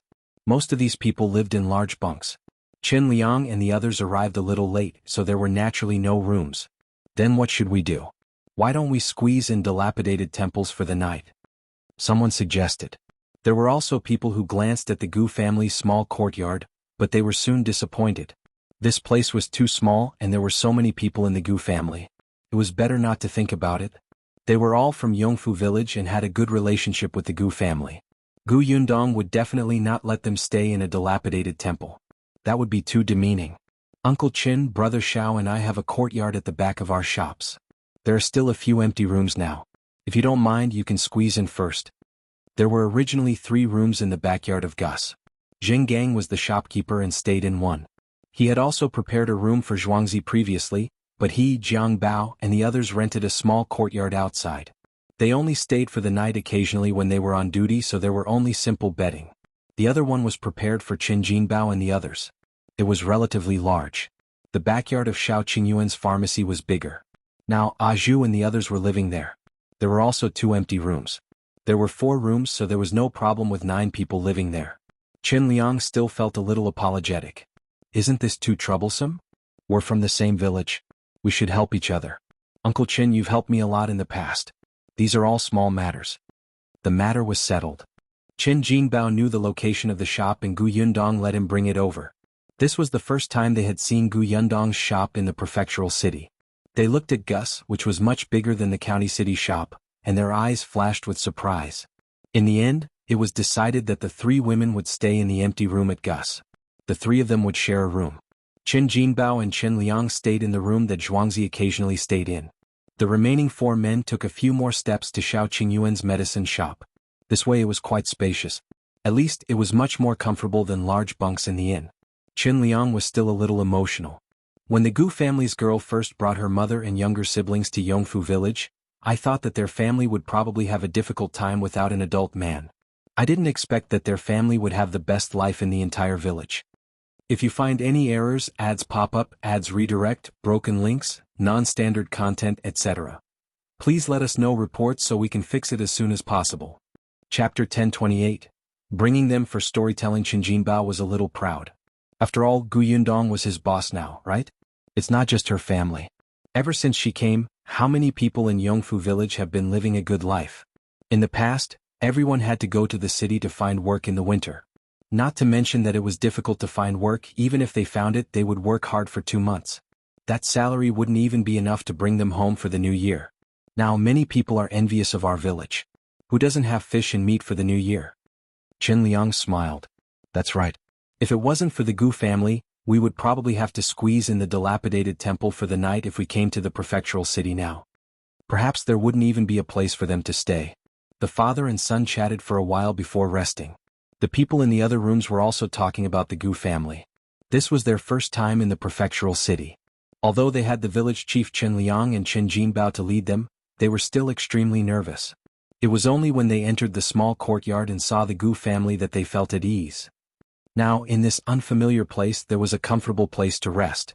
It was better than anything to be able to sleep peacefully. The Gu family, on the other hand, was still the same.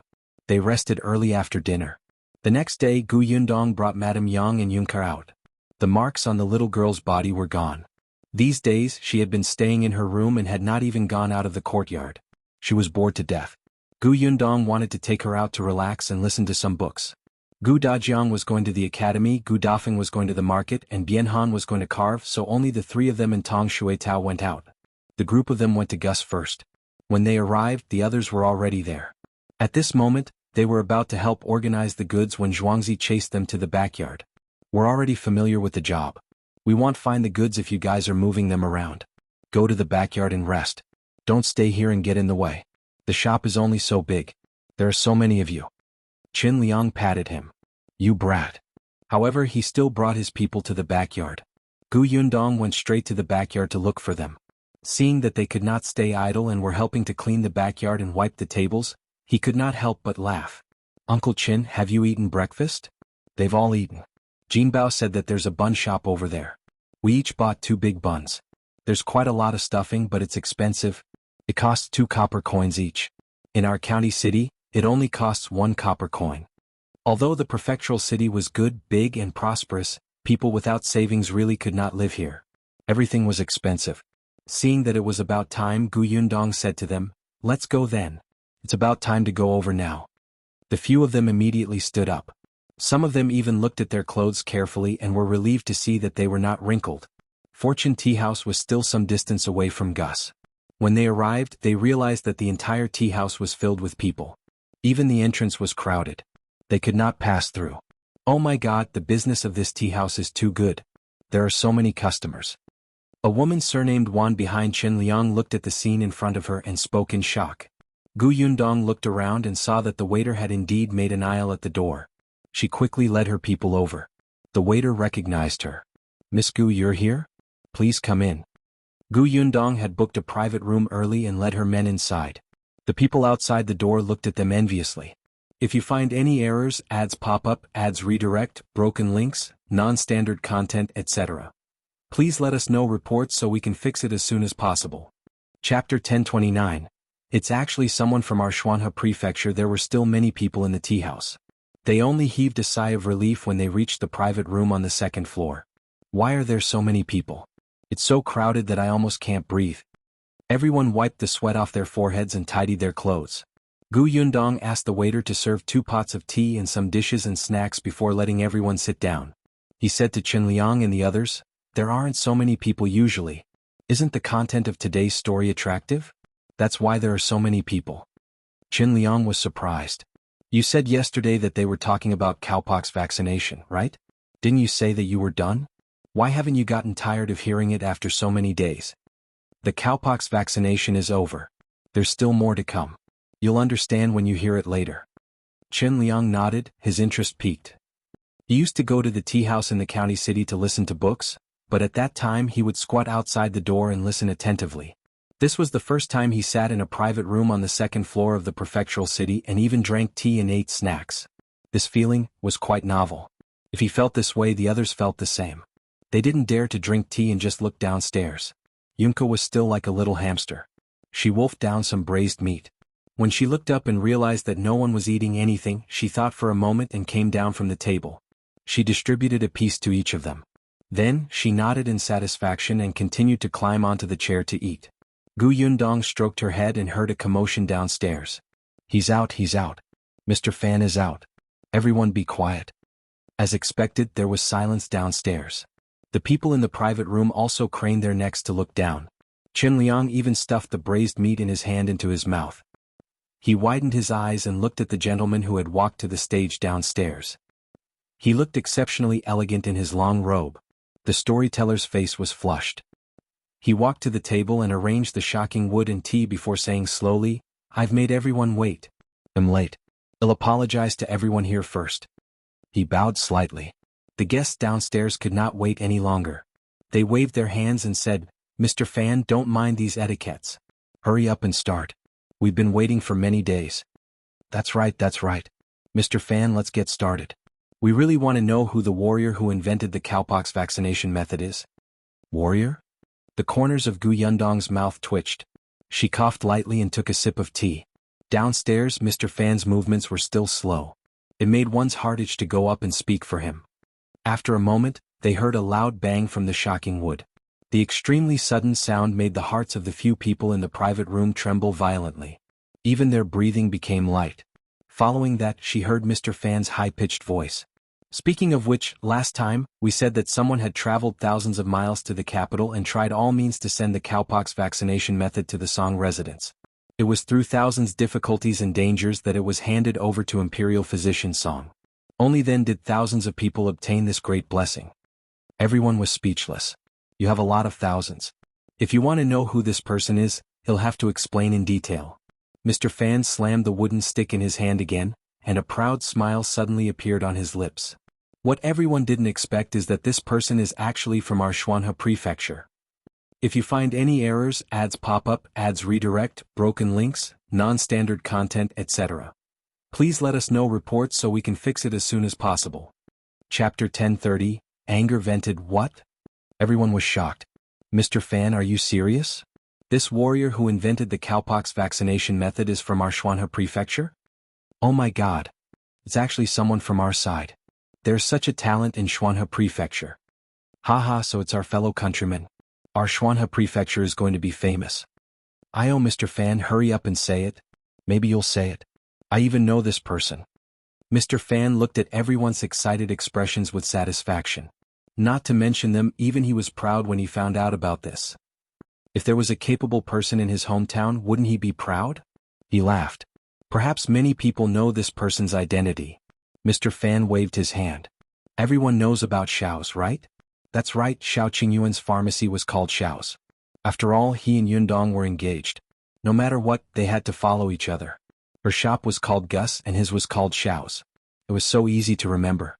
Moreover, they knew that they were a couple when they heard it. When everyone heard Shao's, they immediately lowered their heads and whispered. Some people present knew about Shao's, but some did not. However, in the private room on the second floor, Chen Liang and the others were extremely familiar with this name. A few of them had stayed in the backyard of Shao's yesterday. The group of people looked at each other. In the end, they focused their gazes on Gu Yundong. The latter pursed her lips. Continue listening? Downstairs, Mr. Fan's voice continued. This Shao's was opened from Fengkai County to our Xuanhe Prefecture. The owner of the pharmacy, Shao Qingyuan, is a handsome and extremely smart person. Mr. Fan, could it be that this cowpox vaccination method was invented by Shao Qingyuan and Boss Shao? Someone asked loudly. Mr. Fan laughed. That's right. It's Boss Shao. Whoosh. The entire building exploded. Chen Liang and the others upstairs were so shocked that their eyes could not move. What did they just hear? That cowpox vaccination method that could prevent smallpox was invented by Shao Qingyuan? How was this possible? Mr. Fan said, speaking of which, Boss Shao is really hiding his strength and is especially low-key. It's said that he has been interested in studying medicine since he was young. His medical talent is astonishing. Others have to memorize a medical prescription 30 to 50 times, but he memorized it after looking at it once. He can recognize those herbs that look similar after looking at them once. Let's just say that last year there was a quack doctor scamming people in Liang County. Everyone knows that, right? That quack used weeds to replace medicinal herbs. He walked the streets and scammed the people in several villages. Even the master of a rich family fell for it and gave that quack doctor a lot of money for nothing. However, he didn't expect that retribution would come from the heavens. This person actually targeted Boss Shao's family. This Boss Shao runs a medicine shop, so he collects herbs everywhere. One of the herbs is very rare. Not to mention our prefectural city, even the capital might not have it. When Boss Shao heard that this quack had it, he wanted to buy it at a high price. He didn't expect this medicine to be fake. Boss Shao saw through it at a glance. Then he realized that the herbs in this quack medicine basket were all weeds that looked similar to the original herbs. He directly got someone to send this quack to the officials so that the man wouldn't continue to harm the commoners. What do you think Boss Shao did to vent his anger? If you find any errors, ads pop up, ads redirect, broken links, non-standard content, etc., please let us know reports so we can fix it as soon as possible. Chapter 1031, Unpretentious Reason, Satisfying.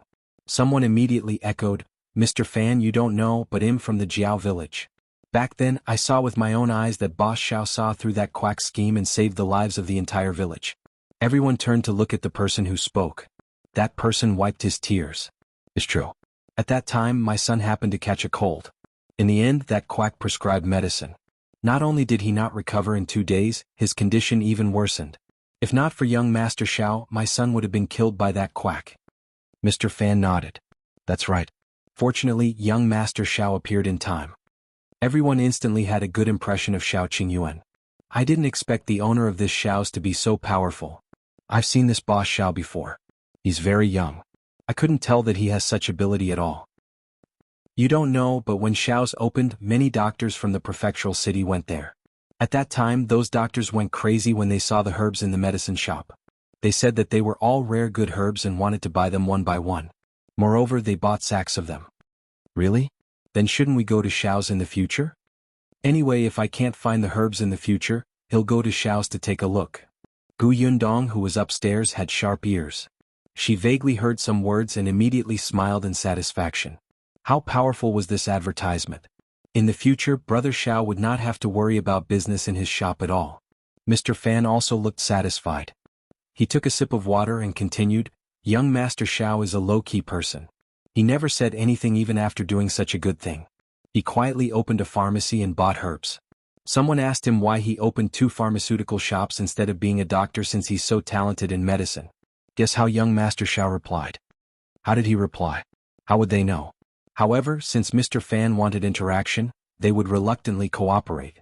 Someone guessed, did Boss Shao say that he's young and is afraid that everyone won't believe that his medical skills are good?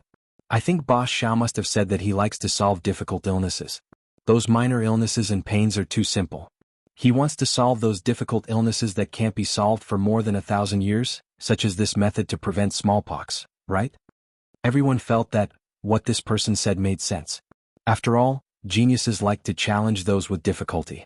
The corners of Mr. Fan's mouth couldn't help but twitch. Boss Shao wasn't as noble as you made him out to be. He shook his head and said, No. Boss Shao said that he wants to earn money. He likes silver, so he wants to open a pharmacy and earn big money.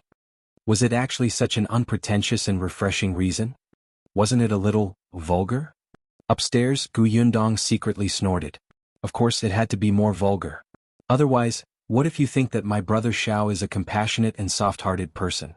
What if you all come to buy medicine without giving him money? Wouldn't brother Shao suffer a huge loss if they were to use moral blackmail? Previously, when someone heard Mr. Fan say that Boss Shao had exposed the quack doctor, they felt that he was a great benevolent person. They thought that if they didn't have money they could go to his pharmacy and cry for medicine. Now that Mr. Fan had said this reason, someone sighed in disappointment, but someone asked loudly, Mr. Fan, since Boss Shao doesn't like to be a doctor, why did he develop the cowpox vaccination method? If you find any errors, ads pop up, ads redirect, broken links, non-standard content, etc. Please let us know reports so we can fix it as soon as possible. Chapter 1032, Another Good News Good Question. Mr. Fan was shocked. It's definitely not a coincidence that Boss Shao developed this medical prescription. This Boss Shao has a subordinate. This subordinate has a particularly pitiful background. Initially Boss Shao didn't know about it. He accidentally heard him mention it and found out that this person's family had all died of smallpox. That was why this subordinate was alone and drifted around until he met Boss Shao. Boss Shao had been with this subordinate for a long time, so they were like brothers. After knowing his background he began to pay attention to smallpox. He thought that if there was a way to prevent this illness, no one would be as lonely and desolate as his subordinate from a young age in the future. He thought while he was eating, sleeping or walking. In the end he had a flash of inspiration. If people could get smallpox, what about animals? Pigs, cows and sheep. What would happen if they were infected with smallpox? At that time Boss Shao ran to the farm in the suburbs. He went to see the cows first and realized that cows would get cowpox. The men who had been raising cows would also get cowpox. The problem was that those who had been infected with cowpox no longer had smallpox. Don't you think this is rare? It turns out that those who had cowpox wouldn't have smallpox anymore. Boss Shao was extremely happy. This was a very important discovery. If it's true, wasn't this a way to prevent smallpox? However, Boss Shao was still worried. He's afraid that only the cows in our Xuanhe Prefecture had this effect. What if the cows in other places don't? In order to ensure that nothing went wrong, he went to Qingyuan Prefecture, Yongning Prefecture, Wanqing Prefecture, and other prefectural cities. The results confirmed that all the situations were the same. But that wasn't enough. If it hadn't been tested on human beings, then he couldn't be sure. At this moment, that subordinate of his volunteered to experiment on himself. Boss Shao didn't agree. What if something happened? In the end, this subordinate actually contracted the cowpox himself. Wow, the people below exclaimed. They did not expect this subordinate to have such courage. If it were them, they would definitely not dare to use such an unverified medical method. If they were not careful, they would even lose their lives. Mr. Fan wiped the corners of his eyes. This is called karma. Boss Shao went to find a way to prevent smallpox because of this subordinate. This subordinate returned the favor and trusted Boss Shao so much. He was willing to take the risk. What a touching brotherhood. Gu Yundong was speechless. Why was this last sentence so strange? It felt like something was wrong. Everyone nodded repeatedly when they heard that. It was really rare to have such a deep brotherhood. Someone asked loudly, "Is that subordinate all right?" Without waiting for Mr. Fan to answer, the person beside him replied, "He must be fine. Otherwise, why would Boss Shao send this medical prescription to the capital?" Mr. Fan nodded. Indeed, that subordinate was fine. Boss Shao felt that this medical prescription was too precious and too important to the world, so he didn't care about staying at home for the new year. He rushed to the capital and handed it over to the head of the Imperial Hospital, Dr. Song. Everyone's blood boiled when they heard that. Boss Shao is too awesome. I'm proud to have such a fellow countryman. He has made a great contribution. He has brought honor to our Xuanhe Prefecture. Awesome. Mr. Fan nodded. That's right. Boss Shao is admirable. Here I have good news for everyone. If you find any errors, ads pop up, ads redirect, broken links, non-standard content, etc., please let us know reports so we can fix it as soon as possible. Chapter 1033, Trying to cut the line. Good news? Everyone craned their necks. The voices stopped, waiting for Mr. Fan to make the announcement. Some well-informed people had already guessed it. After all, someone had just said that the Imperial physician in the Million Gold Pavilion was called Shao Qingyuan. In the past he was just a poor boy in Fengkai County. Now that they thought about it, Shao Qingyuan was that Imperial physician. As expected, Mr. Fan laughed and said, because Boss Shao is from our Xuanhe Prefecture. He's the one who was sent by the Emperor to the Xuanhe Prefecture to inoculate everyone. The person who's most familiar with cowpox vaccination is our Boss Shao. Back then, when the second prince was inoculated with cowpox, Boss Shao was present the entire time and did it himself. Wow, when the people below heard this they were even more excited. Boss Shao was the one who taught the Imperial physicians in the capital the cowpox vaccination method. Now that he had taught the doctors in the prefecture city the cowpox vaccination method, didn't that mean that these doctors were also very powerful? With this guarantee, what else was there to worry about? Someone suddenly thought of something and asked anxiously, since Boss Shao is from the Xuanhe Prefecture, in that case, he'll still be here in 3 months. We don't have to worry about him going to the capital? Many people heaved a sigh of relief when they heard this. Especially those who did not have time to go to the government office to register. Their eyes were closed and their faces were filled with relief.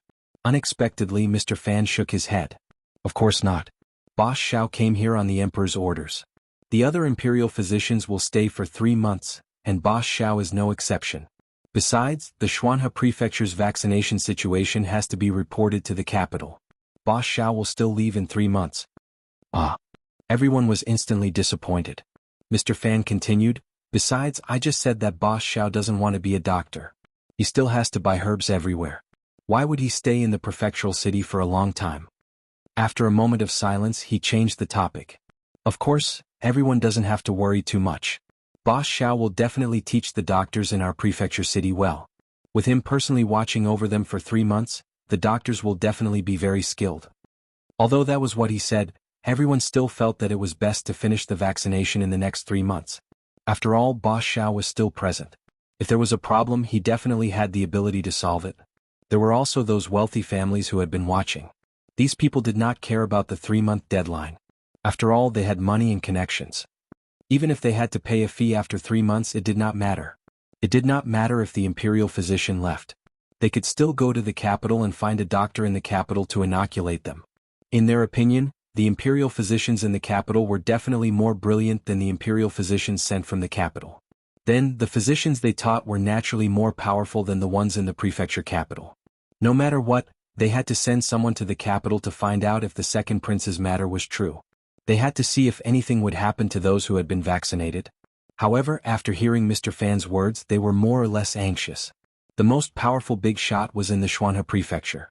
Why were they rushing to the capital? If this person really left in 3 months, it would be useless no matter how much money they had. Therefore, after this day, the rich families of Xuanhe Prefecture began to find ways to cut the queue. They wanted to be inoculated within these 3 months. It would be best if Shao Qingyuan could personally inoculate them. If you find any errors, ads pop up, ads redirect, broken links, non-standard content, etc., please let us know reports so we can fix it as soon as possible. Chapter 1034. Chen Liang and the others. Shaku Yundong was very satisfied with the reaction downstairs. This was also the reason why the tea house announced that the story was to be continued after they finished talking about the cowpox vaccination method. The last story was actually for the ordinary citizens to hear. These people cared about the deadline, connections, and money. This time it was for these powerful families to hear. What they cared about was a safer and more reliable method. She believed that after so many days, the people they had sent to the capital to gather information should have returned. Knowing that the capital was also being vaccinated, they should be anxious. Gu Yundong took a sip of tea calmly. However, the others in the private room were completely stunned. Chen Liang and the others were all in a daze as they stood there motionless. After a long time, Mr. Fan's heavy blow downstairs ended the story. Chen Liang and the others suddenly regained their senses. However, in the next moment they all looked at Gu Yundong excitedly. Their voices were trembling. Yundong is what he said true? That cowpox vaccination method was created by Qingyuan? Yes. Gu Yundong nodded. At the side, Qin Jinbao finally heaved a sigh of relief and said to his father in dissatisfaction, "That's why I said that there's no need to be anxious. Our village will definitely be able to take turns. There's definitely no problem. You're still anxious with me and insisted on coming to the prefectural city personally. Aren't you afraid of exhaustion?" As soon as he finished speaking, Liang hit his head hard. "Your words are unclear. It would be strange if I wasn't anxious." After reprimanding his son, Liang suddenly chuckled again. "It's actually Qingyuan. Aha, it's actually Qingyuan. He discovered a way to prevent smallpox. In the future there won't be any kids that can't be saved. We old things don't have to be afraid of being chased out of the house by our children if we get smallpox." He smiled and choked up again. "Good, this is great, this is really great." Qin Jinbao quickly said, "Father, do you think he'll chase you out of the house?" Liang acted as if he did not hear him at all. He cried and laughed at the same time. "Haha, our village has produced an impressive person. That kid is promising. He's too promising." Gu Yundong sighed with emotion. Liang was indeed worthy of his name. He could be considered a very conscientious village chief. When the others heard this, they could not help but nod repeatedly. They even said excitedly, "Yes, yes. I didn't expect Qingyuan to be the one who did this. From now on, our village will be famous. Our village has long been famous. Didn't you see how many people from the surrounding villages came when the Gu family's workshop was recruiting? But now it's even more famous. No wonder Qingyuan suddenly left before the new year. He was gone for a few months, so he went to the capital." Hey, did you guys hear what the storyteller said just now? He said that Qingyuan personally vaccinated the second prince. In that case, he has seen the emperor and the prince, right? Right? When everyone heard this, wasn't that so? The wolf cub whose parents didn't dote on him and didn't even have enough to eat had actually gone to the capital to see the emperor. How lucky was he? Wait. Madame One suddenly said, "Well, Qingyuan lived so hard in the past and no one helped him. Everyone in the village called him a wolf cub. Then, will he still inoculate us? If you find any errors, ads pop up, ads redirect, broken links, non-standard content, etc. Please let us know reports so we can fix it as soon as possible." Chapter 1035. The villagers' regret. As soon as he said this, the private room instantly fell silent. Other than Liang, everyone else lowered their heads slightly. That's right. They all knew how tough Shao Qingyuan's life had been back then. Because he was cold to everyone, anyone who offended him would not have a good ending. When he attacked, it did not matter if they were children or old people. Therefore the entire village avoided him, especially his parents. They warned their children to stay away from him. Shao Qingyuan was not the kind of person who would repay evil with kindness. He was cold to begin with, and he was completely willing to ignore the lives of the villagers. In an instant, all the villagers present regretted it. Liang sighed secretly and said, "Qingyuan isn't as petty as you think. Isn't our relationship eased now? If you really feel that you've let him down in the past, treat him better in the future and care more about him. If he needs any help, go and help him. This shouldn't be difficult, right?" The others hurriedly shook their heads. "It's not difficult, it's not difficult. We've long stopped treating him as a wolf cub." Really? This was true. Ever since Shao Qingyuan was engaged to Gu Yundong, he had become much more friendly. When the villagers called him on the way, he would reply. Moreover, after what happened at the Li family last time, everyone knew what kind of person old Master Li was. They felt more pitiful for Shao Qingyuan. Gu Yundong also said, "Brother Shao is busy, so he definitely can't help everyone in the village get vaccinated. However, there are still Zhu, Dr. Xiong, and the old doctor from the county. Isn't the Li family going to hold a wedding soon? Brother Shao and I will go back for a few days. When the time comes, we'll bring Zhu and the others back to help everyone get vaccinated before returning to the prefecture." Most of the people in Yongfu village were actually quite good. Although there were some *T stirrers, the cowpox vaccination was an order from the higher-ups. There was no need to cause more trouble. Hearing this, everyone heaved a sigh of relief. They didn't want Shao Qingyuan to do it himself. There were so many people in the village and it was too much work. However, with him around they could finally calm down. On the other hand, Liang was a little surprised. The Li family is holding a wedding. Are you going to participate? The second branch of the Li family didn't seem to have a good relationship with Shao Qingyuan, right? Not only him, but the others also had strange expressions. Gu Yundong nodded. Yes, we're going to attend. The Li family invited us. Coincidentally, We're also going to perform cowpox vaccination on everybody, so we'll make a trip to the Li family. Liang felt that things were not that simple. Why would the Li family invite Shao Qingyuan and Gu Yundong out of the blue? However, Gu Yundong did not say much, so he did not ask further. In short, they would return from the prefectural city with good news. The storytelling downstairs had ended, and the guests left the tea house one after another. Although there were still some who stayed behind to discuss loudly, at least the road out was no longer blocked. Gu Yundong led Liang and the others downstairs. After leaving the tea house, Liang said, "Yundong, it's all thanks to your care that we came this time. Since Qingyuan is busy, we can't disturb him. Now that we know that he's the Imperial physician from the capital, we're finally relieved. Everyone is waiting for our news in the village. We'll go back now." Gu Yundong asked, "Are you leaving now? If you find any errors, ads pop up, ads redirect, broken links, non-standard content, etc. Please let us know reports so we can fix it as soon as possible."